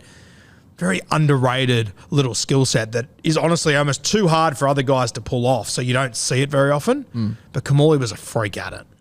Yeah, totally agreed. And I guess as well, he was the halfback in the 2000 record-breaking series. Yep. And then I think, I'm trying to remember, didn't he come back really late as well? Yeah, I think he might have had when was the intercept? That was 05. That was 05 or 06. What, do you reckon he came back after that for an Origin? He might have. Wait, I'll get it up. Yeah. Because he was playing for... I remember he came back when he played for the Dogs. Yeah, I thought he actually did come back for a game or two there. So he only played 10 Origins. He came back in 2009 for Game 3 and 2010 for Game 1. Yeah. And even because the intercept was, 2005. He even came back. He was there in 2007 as well. So he had 4 Origins after that intercept. Man, apparently he didn't throw right to left for the rest of that year for the Sharks. That would have been devastating. So rough. And yeah, you're right. Like, you have a look at his record. Debuted Game 1 of 2000, won all 3 games at halfback for the New South Wales Blues in a team featuring Freddie and Joey, and he was the halfback. And they fucking whipped him. Yeah, they absolutely gave it to him. And then you look from that point on, I think he's gone 2 from 7 wins after that. So very tough on BK. Some big moments there, some very close games, but I will still always regard him as a top shelf 100% quality player, forever underrated. All right. Especially that early 2000s era as well. Yeah, insane. Yeah. Wild. All right, shall we get into the forward pack, mate? You want to start in the front row? Okay. Who have you got? I'll let you pick New South Wales, Queensland, your choice. Front row. Oh, I've gone a left field option for the front row, and I don't think anyone would guess this. I've actually gone Daniel Saifidi. I wouldn't have guessed it. Yeah, look, I obviously worked at the Blues while he was there, so maybe my finger was on the pulse a little bit more then. I reckon he has been an 8 out of 10 at least in every single Origin game he's played. I'll run you through it. So he debuted in 2019 after he did a bit of a job on Luke Keary. I think unfortunately Luke Keary got knocked out or broke his jaw or something, but he did a job on him like in the lead up to that, and then because of that got a bit of media as an enforcer, and he got picked. He was thrown in the deep end immediately in Origin. He started the game. I'm pretty sure he might have even done the first hit up. I'll have to check that one, but started immediately, so didn't even come off the bench. Was great in 2019, one of our better players. Now 2020, obviously so forgettable for New South Wales. Nathan Cleary won the Brad Fittler medal that year. I actually thought Daniel Saifidi should have won. I thought he was our best player, definitely our best forward in that series. He was unbelievable. I'm pretty sure he scored a try that series. It might have been the next year. But then in 2021, he was a starting prop in game 1 when we absolutely whipped him. Starting prop in game 2 when we beat him 26-0, and he hasn't been in the team since. Every game in Origin he's played, he's been absolutely outstanding. Don't we do tend to have a lot of guys like that where they might not have, the teams are in or whatever. Like I think Michael Jennings is very similar. If you just watch their individual performances, very impressive. Yeah. Very, very impressive. And I agree with you, mate. I think DSAF's one of those guys. I remember when he first got picked, mate, the uproar was unbelievable. Yeah, it came out of nowhere. But there was no denying after his first game that he held his own. Not only held his own, he was our best front row forward that night. 100%. Yeah. Yeah. He was, as I said, I reckon he's highly underrated because no one speaks about how he's performed in literally every game he's played in. And I guess he may have dropped off a little bit in club, and that's why he hasn't been there since. I know his brother Jacob played last year, and Jacob's Origin game last year was probably in the best 2 or 3 games of his career. Like, he was outstanding as well. So, runs in the family. The higher it goes, the better they get. Yeah, I'll back that. Now, I had a couple of guys written down, and since I've been sitting here, you just got me thinking, and I'm actually thinking about just throwing in a new one there as a front row forward. Seeing how many Origins he played. Yeah, fair whack. So my guy I'm going to go for as my front row forward, he's remembered, probably as far as Origin goes, he's remembered for an off-field, I was going to say incident, but it makes it sound like he did the wrong thing. Not really. He fell off a horse in a, what would you describe it as, a bonding? Team bonding session. Team bonding. I think it was the Wayne Pearce side. A bonding 99, activity. Yeah. 08, 01, around that mark. About 2000, around the 2000 time. 2000, was it? Because he was ruled out of the game. I think he got ruled out of the series. Yeah, because he dislocated his shoulder or something. Must have been 99 then, because he played all 3 games in 2000, played 1 game in 98. Yeah. Robbie Kearns. I don't know if I've said his name. No, you didn't. Robbie Kearns. Robbie Kearns, who was obviously the Melbourne Storm captain for a long period of time. Very, very tough guy, but also he would just go and do a job every single time. He didn't have, unbelievable footwork, didn't have a crazy offload, but he would just do a job and was reliable every single time. As I said, remembered for falling off the horse. I believe it was up there in the Snowy Mountains. But the other incident he's remembered for, of course, was in the rep arena, not State of Origin, but he copped the high shot off Adrian Morley after 12 seconds. And Adrian obviously got the red card after 12 seconds. It was wild, and Robbie Kearns was that guy. So, pretty wild, the career of Robbie Kearns. But yeah, so he fell off a horse at a training camp, breaking his collarbone in 3 places. What year? 1999. So he got ruled out of the series and will be restricted to 13 games for that year. And then he didn't play the grand final, but that wasn't because of the collarbone. That was a separate injury. Yeah, right. Yeah, because I think there was a few guys that came off horses that day. I think there was more than him, but he was the only one that got injured. Yeah, right. Badly, and it was one of the shocking mishaps of a Origin camp there. I wonder if they were on the drink or not, because I don't think they were. Yeah, because wasn't Wayne Pearce the coach? Yes. Yeah, and Wayne Pearce notoriously known as a non-drinker. Yeah. So ironically, the team bonding session with no alcohol has caused the most damage. It's wild. One of the most damage. Exactly right. Yeah, crazy. Other guys I had there, I had the Kuma Stallion, Brett White. I always appreciated him in the Origin arena. The other one I had that I thought, geez, I still think he's underappreciated by especially like our generation and guys that are younger than us. I did have Glenn Lazarus there, but then I thought, might be a step too far. Yeah. Call him underrated. But I do think that just how good Lazarus was is underappreciated, especially when, I think everyone constantly talks about Webke and Seven Seaver. I'd take Lazarus over those two. Oh, yeah. But I feel like he's not in those conversations as much as he should be. He definitely isn't. Maybe because he's that little bit older and he's kind of forgotten about it a bit more. And he hasn't stayed in the public eye and all that sort of stuff. But he has, but not in rugby league. Yeah, in politics, yeah. But obviously, premierships with Canberra, premiership with Brisbane, and captain the Melbourne Storm side. So, what is it? I think it's 5 premierships across 3 teams. 3 clubs, which is just ridiculous. And I think all 3 of those, he was part of that team's first ever premiership victory. Yeah, wow. Just crazy. Right, okay. Fucking wild. Never undervalue the importance of having the best front row forward on the field. Front row, mate, I took one from the 8 in a row when you're looking at this Queensland side and the guys that get all the recognition and everything. For me, there's always one guy that's slept on that, once again, chuck him in a skill tester, probably wouldn't compete with some of the great front row forwards of all time, but Nate Miles. Okay, Nate Miles was actually my second rower. Second rower, okay. Yeah. I picked him as a front rower, and you could go him second rower or front row forward, but I think it's slept on. Do you know how many Origins he played? I know how many Origins he played. He's played more Origins than any New South Wales player. 32 Origins Nate Miles played. Yep. 32. Played the last 5 series in the front row. All the ones before that was in the second row, so you could pick him in either of those spots. But Nate Miles, just tough as nails. Obviously, probably remembered once again for a negative getting punched by Paul Gallen. But I'll tell you what, I could give you fucking 31 reasons why Paul Gallen picked out Nate Miles to be his guy, because he was the on-field enforcer for Queensland for so long. He was the one that would do the dirty shit and get under our skin for years. And God, I fucking hated Nate Miles. Oh, mate, he was public enemy number 1 for so many years. He shit me to no end, but I've got nothing but respect for guys who just embrace being the villain. Yeah. And Nate Miles did that for years. 32 Origins. That's more than 10 years straight in the front row playing Origin. Yeah, and Freddie's got the record for New South Wales, who's on 31. 31, So that says a lot. Nate Miles, he actually won the Player of the Series in 2012. But I love listening to people like Cam Smith and Darren Lockyer and Jonathan Thurston talk about Nate Miles and their selections, because Nate Miles was always pretty good at club, and certainly at the Dogs and the Roosters.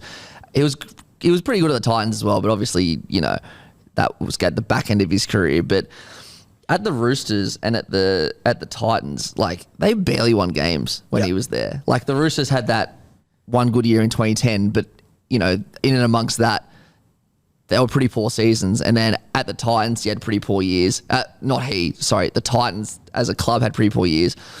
But they trusted Nate Miles so much that he would step up in that Origin arena, that he consistently got picked, and it worked for him because he was bloody fantastic. Between 2006 and 2015, there was 30 State of Origins played. Nate played in 29 of them. Wow. So in that 10-year period, he played 2 less games than Brad Fittler did throughout his entire Origin career as our greatest. That's crazy. Horseman. Yeah. Fucking unbelievable. Nate Miles, heavily slept on. Who you got? So this was props, right? Yeah, Queensland front row forward. Pretty similar. Probably, I've already ruined your back row for you, but yeah, probably not as impactful as Nate Miles in terms of like games played, but similar in terms of just a battle of front rower who rolled his sleeves up in the 8 in a row. I meant Benny Hannett, because obviously he came along. The polar bear. Yeah, the big polar bear. He came along when Steve Price and Petero were the big dogs, and they were kind of on like at the back end of their careers. And we did an interview with him up at Gold Coast with Denon recently, and just listening to his stories is so fascinating. How he pretty much took unders for the entirety of his career. He is the only guy and Queenslanders will love this, he's the only guy to win a premiership at 2 different Queensland teams. He Incredible, isn't it? Yeah, he won 06 at the Bronx and won 2015 with the Cowboys. But yeah, he was great in Origin. He's just one of those guys that constantly did his job. And I think he tells a story about how, he was so nervous coming into his first game. I think Darren Lockyer pulled him aside and said, just do what you've been doing for club and we'll get the results. And they did. And he was part of a lot of winning series. So yeah, Benny Hunnett. He's never like talked about in that 8 in a row team, but he was there. I still remember when I was growing up and going to the SFS every weekend to watch footy, he was coming off the bench for the Roosters. Yeah. And he was as big as a fucking house. And you could tell that he trained his arse off. I want to say like 05 to 07, he made a big transformation. Yeah. And really established himself. There's an old yarn that, I don't know if he mentioned it on the potty or not, but when he arrived down at the Roosters, he was staying like in a share house with a bunch of other junior Roosters. Yeah.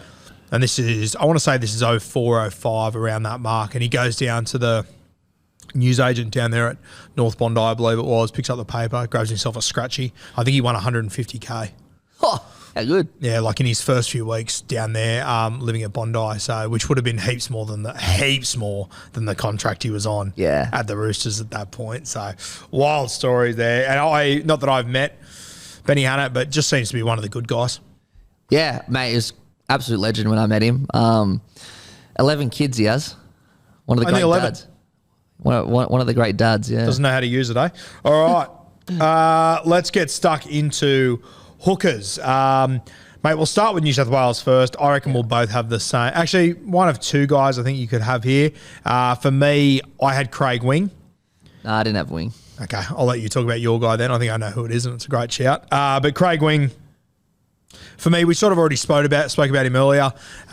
Just so versatile, could come on and cover so many positions. But I think it's sort of forgotten in those early days, even when you look back at 04 and 05 when Joey and Brad Fittler, they have all these huge highlights. But, quite often those games are really in the balance until Craig Wing steps onto the field and he just changes the tempo of the game completely. I used to love the way that Craig Wing played. He obviously won the 2002 premiership with the Roosters. People forget he was actually the halfback in that team. He's a premiership winning halfback, Craig Wing. Yeah. I think people forget that Simon Benetti was the hooker in that grand final. He then became the hooker for the Roosters over the next 2 seasons. I think hooker was his best spot, but he was just so versatile. We were sitting down there watching Blues training. I don't know if you heard it on Bloke in a Bar the other day. I only mentioned it 40 times. Me and Matty were down at Blues training a few weeks ago, and we're watching Nico Hines getting into dummy half and throwing passes. I turned to Matty and I said, fuck, you know what would be lovely right now? And then who walked past us? It was crazy. Wingerding. How good. Looking as smooth as ever. Looking younger than when he started. It was unbelievable. Yeah, he's not a victim of his versatility. I think to some extent he is, to be honest with you. Yeah. I mean, not like I say not so much only because he still got picked for the Blues and he still ripped. He never didn't really miss selection, but yeah. Joey still talks about him as one of the most important players he's ever played with. Could play just about anywhere. I like it was a big part of the Rabbitohs Roosters rivalry, the narrative as well. Of course. When he, South Junior and then South got booted and then he went to the Roosters and said he'd come back, but then why would you come back when you just won the comp? Or such a good team. Then they end up winning the comp in 02. Eventually went back to South, did a wild press conference with Russell Crowe in the middle of the season, which was heavily scrutinised, but all part of the show. Got injured in his first year. I think I remember it being a bit of a dog shot. I can't remember who it was. It was a dog shot. I remember it was that young hooker, Riley something. Yeah. I can remember the tackle. I can't remember the. Yeah. They sort of got him held up and they jammed him in the back. Yeah. And then went and got his cash money in Japanese rugby. So. Yeah, one of the greats, Wingy. Isn't there a yarn with Craig Wing about when he first left South Sydney? There was, I think it was the man that used to ring the bell for you. You know the bell when you came back in? Yeah.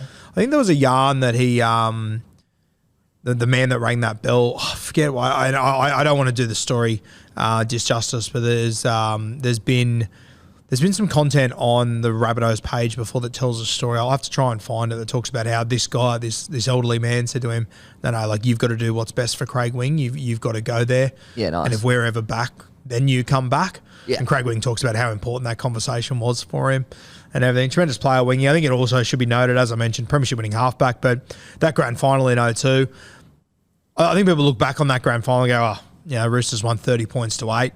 That game was in the balance. Oh, yeah, absolutely. 8-6 to the Warriors after about 50 minutes, and the try that really turned it, Freddie comes down the short side and throws this short ball, and Craig Wing, he steps without the ball and goes into a hole and cuts straight through, and it's just that mindset that Craig Wing had, despite him playing halfback, and most halfbacks in a grand final are sitting back just thinking about what their job is next that they've got to do. This is a young Craig Wing. He's going, I'm just going to push off Freddie and just say, just take the game on. So, tremendous player, Wingy. I actually haven't heard that story that you said before. I'll have to go digging for that one. Do your own research. I could be completely wrong, but I'm pretty confident it goes something like that this guy sort of said to him, mate, if we're not going to be in the comp, you need to go somewhere else. Don't be disloyal. Yeah. Yeah, there's some story to it about how it all plays out or something. And then, of course, that night when the Souths come back into the comp, he's playing against them the night the same man rings the bell. Yeah, so there's a whole yarn to it that's worth having. I was hoping that you would know it. No, I don't. Off by heart. That's hurt me. All right, that's my hooker, Craig Wing. Who have you got? Who did you think mine's going to be? I thought you were going to say Bedsy. Nah, he's not underrated at all. He's our best ever hooker. Are you going to go for one of like an Ennis or a Farah? No, I went Royce Simmons only because people talk about Benny Elias, they talk about Bedsy, and kind of like a few older people say that Benny Elias is our best ever. A few people, probably younger people, say that Beds is our best ever. But wedged in between there is Royce Simmons, who by no means is underrated, but probably from an Origins perspective, I guess he is. He was the hooker in the 86 series. He was there I think it was a clean sweep. The 87 series, which he lost, but went over to California.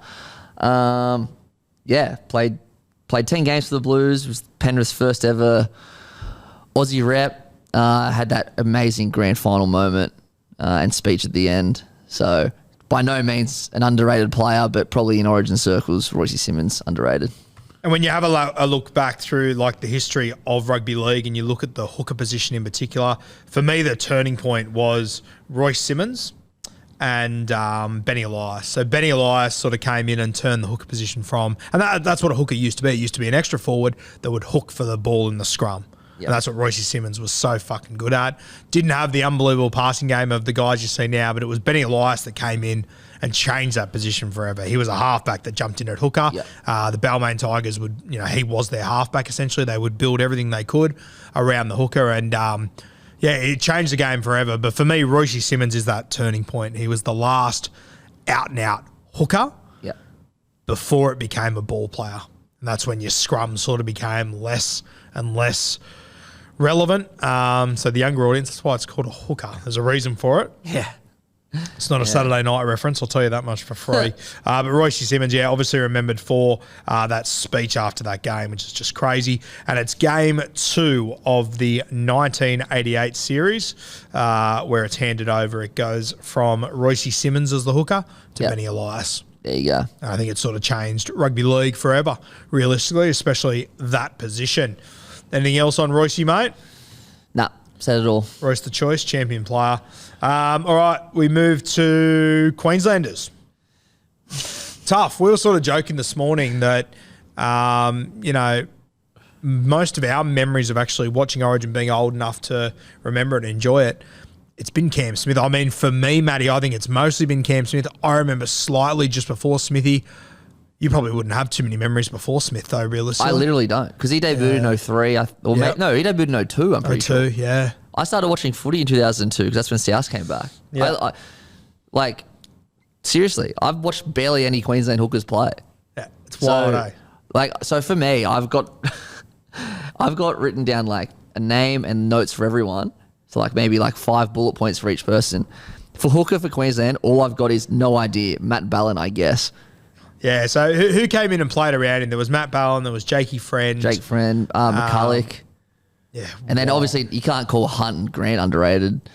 And so I guess I've gone Matt Ballin, because if Cam Smith wasn't there, he probably would have played a lot more. He won his one game. Yeah, that's fair. But it's tough. I don't know. It's a tough one. Yeah, I would straight away go for Steve Walters, personally. I thought you'd go with Steve Walters. Yeah. So that's why I was like, well, can't go him either. So Yeah, it's a tough one though. Like I don't think there'll ever be a hooker that will be able to hold a candle to Cam realistically. And if I could tell you, like you talk about how I just mentioned Benny Elias being the turning point, Steve Walters was exactly the same. It was those two that really revolutionised the position and set the standard for the generations to come. And you look at Steve Walters, like obviously that Canberra side was star-studded, so he doesn't get the mentions that he should, but fuck, he was a good player. Oh, yeah. Good God, he was a talent. So, yeah, and really interesting. I've told the story before that Steve Walters, he sort of leaves Canberra, ends up at the North Queensland Cowboys around Super League. Then he signs with the Newcastle Knights, has an injury that ends his season and career, I believe. So the Knights need a new hooker, so they grab a fullback that they had from Taree, and they get Steve Walters to teach him how to play hooker and just to show him the ropes and everything. And that kid's name was Danny Badiris. So that's crazy. Such a weird little turning point, the way that played out, which led us to second best hooker Origins ever seen.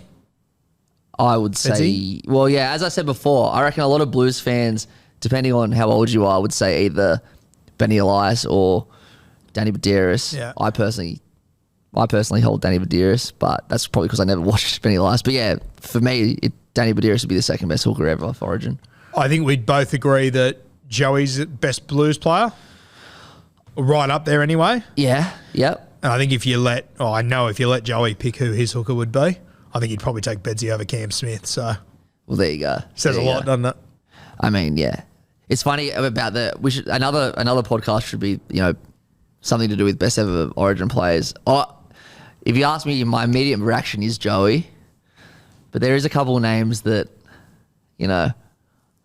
I think Freddie's pretty close as well. Freddie's right up there. And then you got someone like Laurie Daly, who was just made for Origin. Yeah. And then this is controversial, but I actually reckon Teddy's right up there too. Bold. Yeah. In saying that, if you would have said Teddy 6 weeks ago, people probably don't blink at you. Yeah. And hopefully in 48 hours, people are going, oh, Teddy again. Yeah, for sure. He's got a son called. If you gun to my head, I'd definitely say Joey. Joey's the best. Joey's undoubtedly the best player of all time for me, followed by Cam Smith. But in Origin, there's a couple of. I think it's a bit closer for the Blues. Yeah, I do think though that if Joey's body allowed him to play 2 more series, for sure, shut the gate. It's probably over. For sure. But as I said, he's still number 1 for me. Yeah, it's just worth the conversation. All of a sudden, your 8 in a row is probably 6 in a row. Yeah. Exactly. But anyway, save that for another day.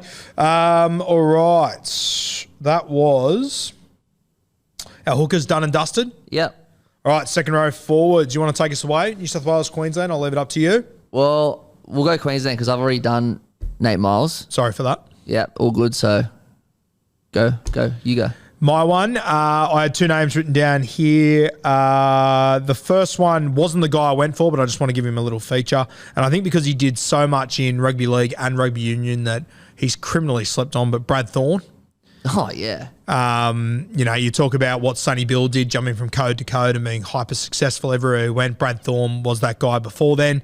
It was just before social media and all that sort of stuff. But for a guy to be able to jump from the back row of the Kangaroos to the All Blacks on any given year, unbelievable. And, of course, he was a Queenslander, Brad Thorne. So one guy I just want to give a mention to. But, mate, the one that I simply couldn't go past and probably be a guy that the younger audience, probably when I say his name, I don't think they'll have the slightest fucking idea who I'm talking about, but Bobby Linder. Oh, yeah. You talk about Origin players, a guy that, he would like, I think if, Matt, can you get up my internet's just shitting itself. Can you get up his career? I think he played about 7 years in the NRL, and I think he played for 4 different clubs or something ridiculous. He bounced around a heap. What had to go? Played 7 years. So the first 2 years with Para. Yep. Then 1 year with Gold Coast. Then 3 years with Western Suburbs, and then a final year in 93 with Illawarra. So he didn't even play 100 NRL games. Didn't play 100 NRL games. How many Origins did he play, though? He played 25 Origins. Yeah, so he played 1 Origin for every 4 NRL games. Yep. And obviously, I don't have to point out to you guys, but an Origin team is picked 3 times a year. Yeah. Like, that is unbelievable. Played quite a bit over in the Super League as well, I believe, Castleford. So he only played another 50 games over there. So when you have a look at that, and when you said he played 100 first grade, he played 97. He didn't even get to 100. Yeah, exactly. So it's if you take in Super League and NRL, the bloke played less than 100. He played, 146 first grade games between England and Australia and managed to play 25 Origins in that period. Yeah, that's unheard of and probably would never unheard of. And like even his games in the NRL, he couldn't even lock down club to be at. Like he was at Parramatta in the post-Golden era, the Gold Coast, Western Suburbs and Illawarra. Half the teams he played for. Parramatta's the only team that he played for that still exists. Obviously, that wasn't the Gold Coast Titans. So just shows like unbelievable what he managed to do and how much he managed to achieve in the Origin arena is just fucking insane. He played 24 games for the Kangaroos as well. So if you combine the rep games and then have just the NRL games, it's 1 to every 2. Oh my God. Isn't that unbelievable? That's crazy. Like let's include Super League, say 3. For every 3 Super League games he played 2 rep. Yeah. Or whatever it is. Yeah. Crazy. It's insane. Fucking insane. I'd love to get someone that played alongside Bobby Linda in the Origin arena to talk about him because we can't do it justice. But he was the Origin guy back then. He was the OG. Don't give a fuck who he's playing for, how he's going, whatever. We pick him and he'll do a job for us. And he did a job for them on 25 occasions. So Bobby Linda, huge shout out there. I must admit, I was not aware of that record. That is quite crazy, eh? Crazy, yep. Yeah, the more you think about it, the more insane it is. All right. New South Welshman. I reckon we'll both have the same guy here. Bo Scott. Greg Bird, pretty much the same dude. Oh, he's my lock. Yeah. Oh, okay. Yeah. Jeez, I've ruined your team. You've destroyed my team. Let's talk Bo Scott. We'll talk about Greg Bird when we get to him. I think Bo Scott's a really good shout. Yeah. Obviously, tremendous back rower, but it was sort of at centre where he made a bit of a name for himself, wasn't it? Yeah, I think at centre, that's where he went toe-to-toe with GI, just letting haymakers go. And, man, that's going to be bold to be able to do that.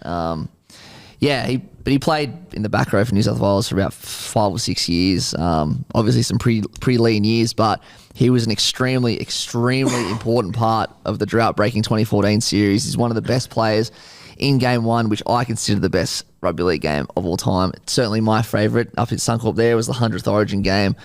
I have watched that past midnight on so many occasions, that game. It's just fantastic. And then after that game, it's pretty well known that he was basically asleep in the sheds after the game. He was so exhausted, he pretty much passed out and just took a nap. That's how. And it wasn't just him as well. There was a couple of others, but he was one of them. I haven't heard that story. Yeah. He was just fucked basically. Absolute enforcer. I mean, it takes a lot to rattle JT, but he did his absolute best in every game he played. He absolutely went at him. But yeah, that one-on-one, toe-to-toe with GI is so just awesome. And I love that footage of GI when he's holding him by the collar. Yeah. And he's striking and like for me, I think Bo Scott's one of the toughest motherfuckers of all time. And you watch that footage and you just, all I could think was, my God, this is example 10,000 of how strong GI is. Yeah. It was just ferocious. And we spoke earlier about Tony Carroll, obviously the bodyguard for Darren Lockyer. They achieved so much. He was Jamie Soward's bodyguard in 2010. And I was just about to bring that up. Jamie Soward would absolutely adore Bo Scott, I suspect. 100%. The ultimate odd couple. Yeah. But Sowie, the best kicking game in rugby league for a 2-year period. They're one of the greatest kicking games of all time. And you don't feel as confident to kick unless you've got a guy like Bo Scott there to protect you. Yeah, for sure. Fuck, he was a good player, Bo Scott. He was awesome. And of course, shock me. Wayne Bennett goes to a new club, does this everywhere he goes, takes a few guys with him, one of them being Darius Boyd. Who else did he take with him? Bo Scott. Bo Scott, yeah. Wow. Yeah, and he was just adored by New South Wales fans. Yeah. Yeah. Always. But finished his career at Parramatta, eh? Sorry? Finished his career at Para? That does ring a bell. I think he did, yeah. I don't think it went. I think him and Chokwatmo arrived the same year, and I don't think it went overly well for Bo Scott up there. But oh wow, yeah, you're right. He had 3 seasons. Can you go through his career? Where did he start at St George? Started at Sharks. Sharks. He had hair back then. That's right. Then had Dragons for 6 seasons. Then Knights for 3 seasons. Then Para for 3 seasons. When he was at the Sharks, was he a back row? Was he a centre? What was he? Anywhere between centre, bench, or second row. Yeah. So a bit of everything. He was a classic in Supercoach too. He was 2RF/CTW. Thanks for coming. Cheers, bud. Absolutely love that. Greg Bird. Yeah, so my 2RF was Bird, and we'll start to overlap into our lock forwards. Why not? Yep. So my 2RF was Greg Bird. Matty's lock was Greg Bird, which I personally think is the ultimate compliment to Greg Bird that we've picked him in two different positions. And I would argue, without a doubt, his best footy for New South Wales was actually played at 5'8". 100% it is, because he won those two Man of the Match awards. 3 games at 5'8" for New South Wales, 2 Man of the Match awards, and he did them 2 games in a row, game 3 into game 1. Crazy. So when you consider that Wally played 30-odd games, of State of Origin at 5'8", X amount of Man of the Matches. I think Freddie, 31 Origins, a number of them played at 5'8". I think Freddie only got 2 to 3 Man of the Match awards. Greg Bird played 3 games at 5'8" against the greatest team of all time, out of position when he was a back rower, and my Man of the Match twice. It's just so ridiculous. fucked. It's just ridiculous. I think Joey's got 4 Man of the Match awards. Yep. 4 to 5 or something like that, and Greg Bird's got 2 from those games. So he's the number one guy when I talk about that period of 8 in a row where New South Wales just got slapped from pillar to post. He was the shining light, and I really do wish that Greg Bird played in a different era because he deserved better than that. Classic, he was good at club footy, but Origin, he was just made for it. Yeah. He was, and still is, I reckon, close to the most loved New South Wales player of all time. Yep. No matter what he was doing, no matter what club he was at, no matter what position he was playing, he was one of the first picks for the Blues in everyone's team. He just ripped in. Yeah. He just constantly ripped in, and he was like just the whatever we needed, if we needed a grub, he was there. Whatever we needed from Greg Bird, he would do for the Blues. And I agree with you. Like, not only do I wish he was in another era because he deserved better, but he could have played in any era. Yeah. Any era going back all the way to the 80s. In fact, he probably would have suited it a little bit more, especially when him and Gal were together, just bashing people up. He was, oh man, I love Greg Bird. It's one of my things in rugby league that if I want to know if I want to find out if someone I'm talking to understands rugby league or not, ask them about Greg Bird. Yeah. And if they don't mention Origin, you know you're talking to someone that doesn't know what they're looking at. 100%. And there will be people in the comments that will go nuts about it, same as there was when I was with Donnie, and it is the best red flag ever, saying, I don't get footy. Yeah. I simply don't get it. Yeah. Well, that's that. When I think Greg Bird, I think of him just doing crazy shit in Origin. I never, ever picture him in a club jersey. Yeah. The only time I picture him in a club jersey is like a mental image of him and Gal standing together. Yes. In the Sharks. Also, when Reece Walsh came out with those comments the other day, Greg Bird fucking commented on it saying, shut the fuck up. Yeah. So good. And, this is my favourite one. When Mal Meninga said something about him, a journo put a mic in his mouth and said, Mal Meninga said this about you. And then Greg Bird said, Mal said that. Well, maybe Mal should run at me. Like King. Just the best. I wish he was playing right now. And both of those lines, if you put that in the mouth of 95% of players ever, you go, what a wanker. Yeah, I know. Because it was Greg and he backed it up fucking consistently. And he's not, is he at the level of Mal Meninga? Not even fucking close. Yeah. Will he be at the level of probably Reece Walsh when his career's over? I probably doubt it. But he showed up every time. Absolutely. Out of nothing but respect, not achievements, I will back Greg Bird in every day of the week. 100%. Yep. What a player. Tremendous player. So that was your lock forward for New South Wales. Yep.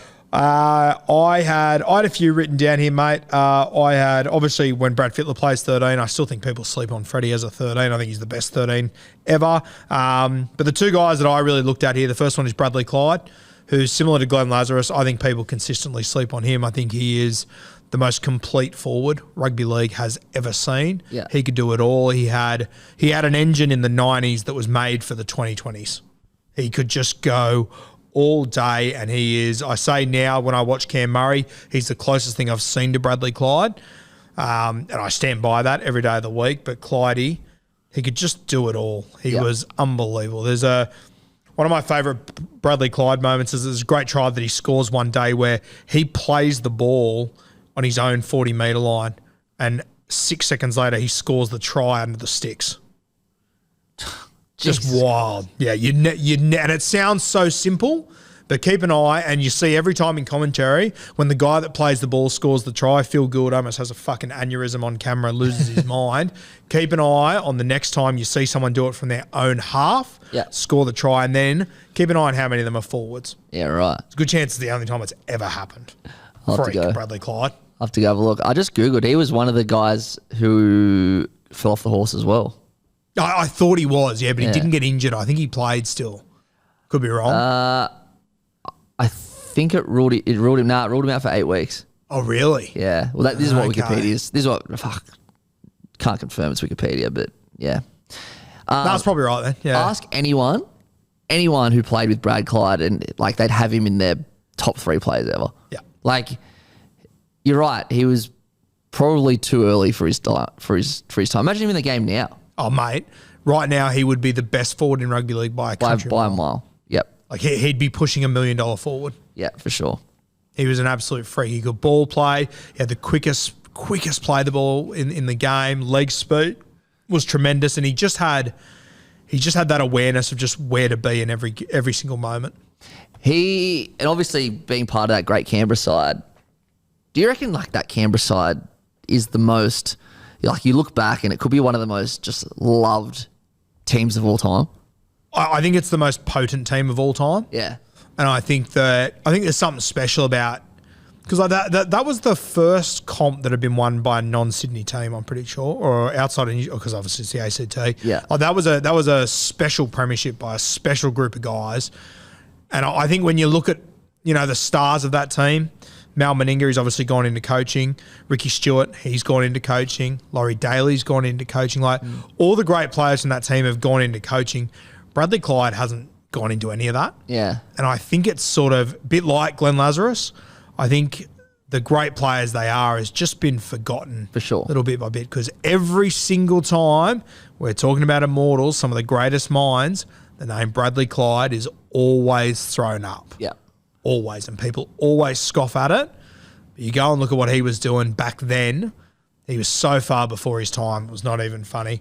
So he was one I had right up there, mate. The other one, he didn't play too many Origins, but he's one of my favourite players of all time. You all know that I love a ball-playing 13. As I said, didn't play too much Origin, but Jimmy Dimmick would be right up there with me. Do you ever have anything to do with him in New South Wales or anything? Nah, I think I just missed him. I might have had one camp with him, maybe. Yeah. I don't think so, though. I think I just missed him.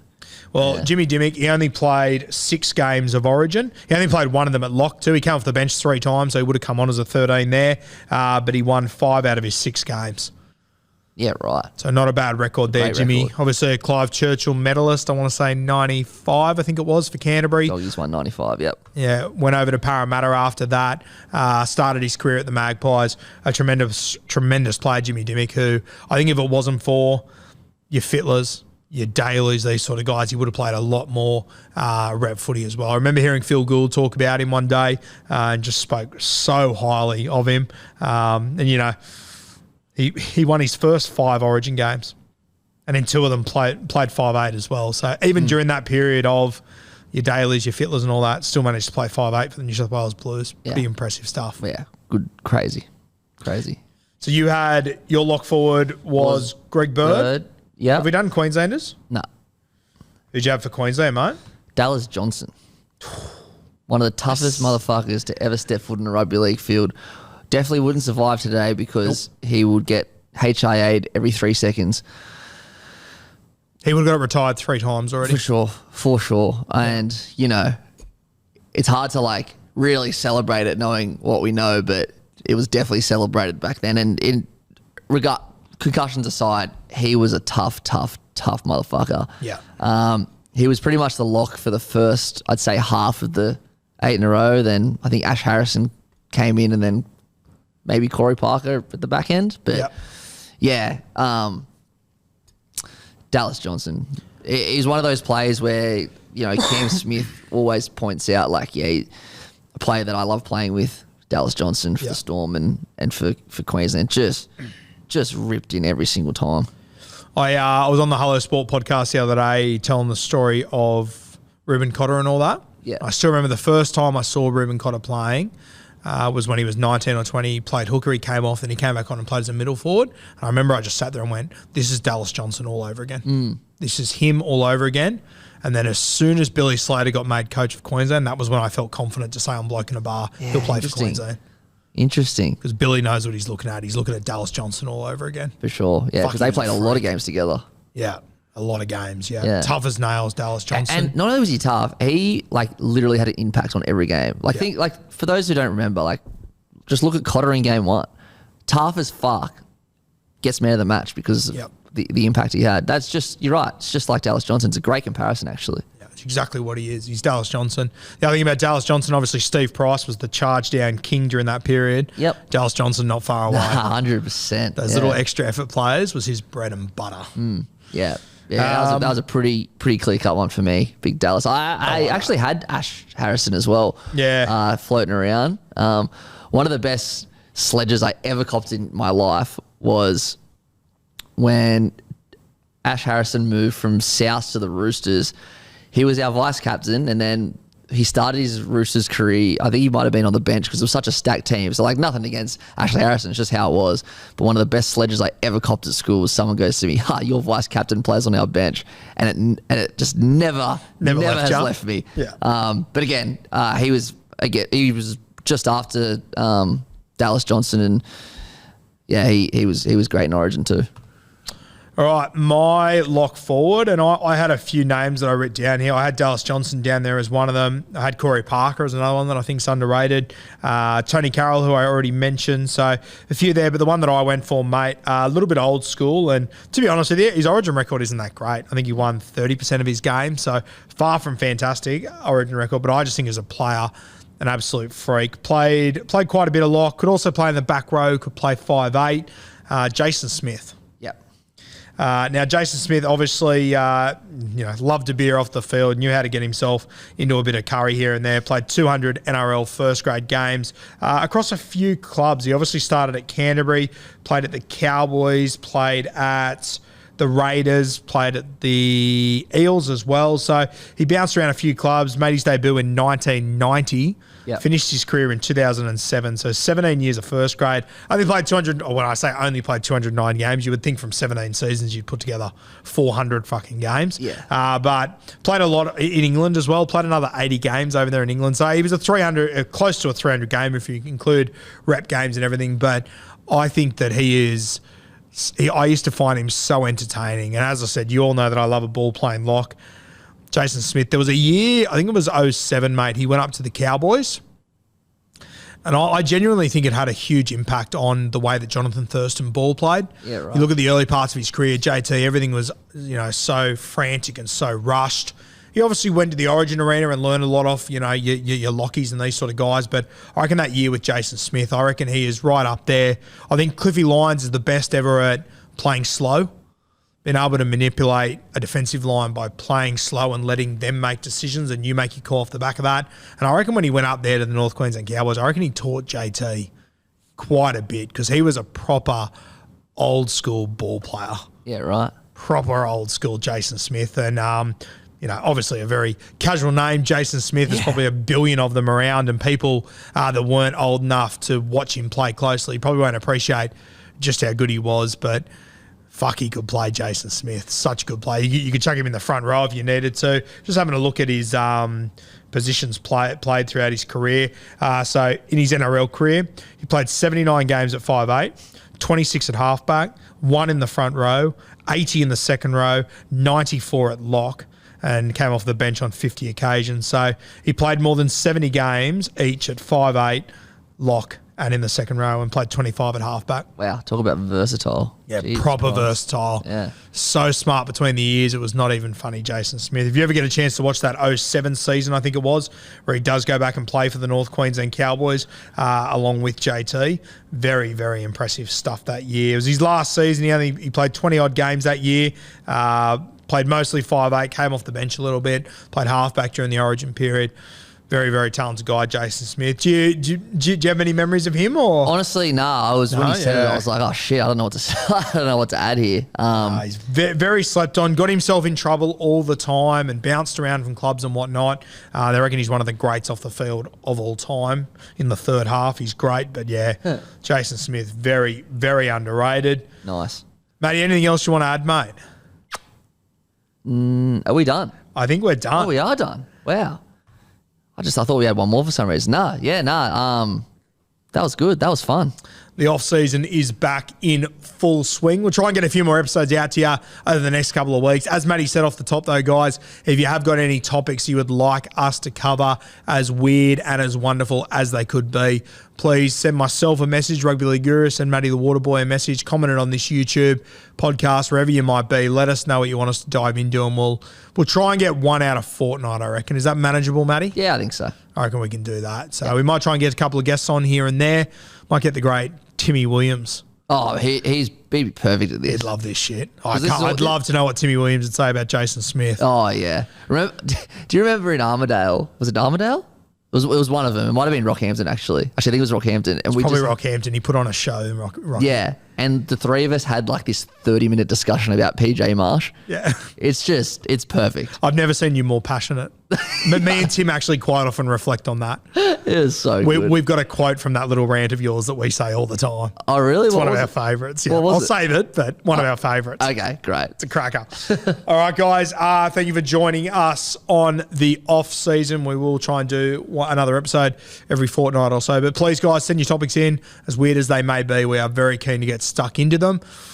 Try and stump us. Try and find something that's very outside the box. Yeah. That's where we do our best 100%. Work. So cheers, legends. Make sure you subscribe, comment, like, all the good stuff. Any players that you think we've slept on, any guys we've forgotten, please drop them in the comments. Let us know who they are.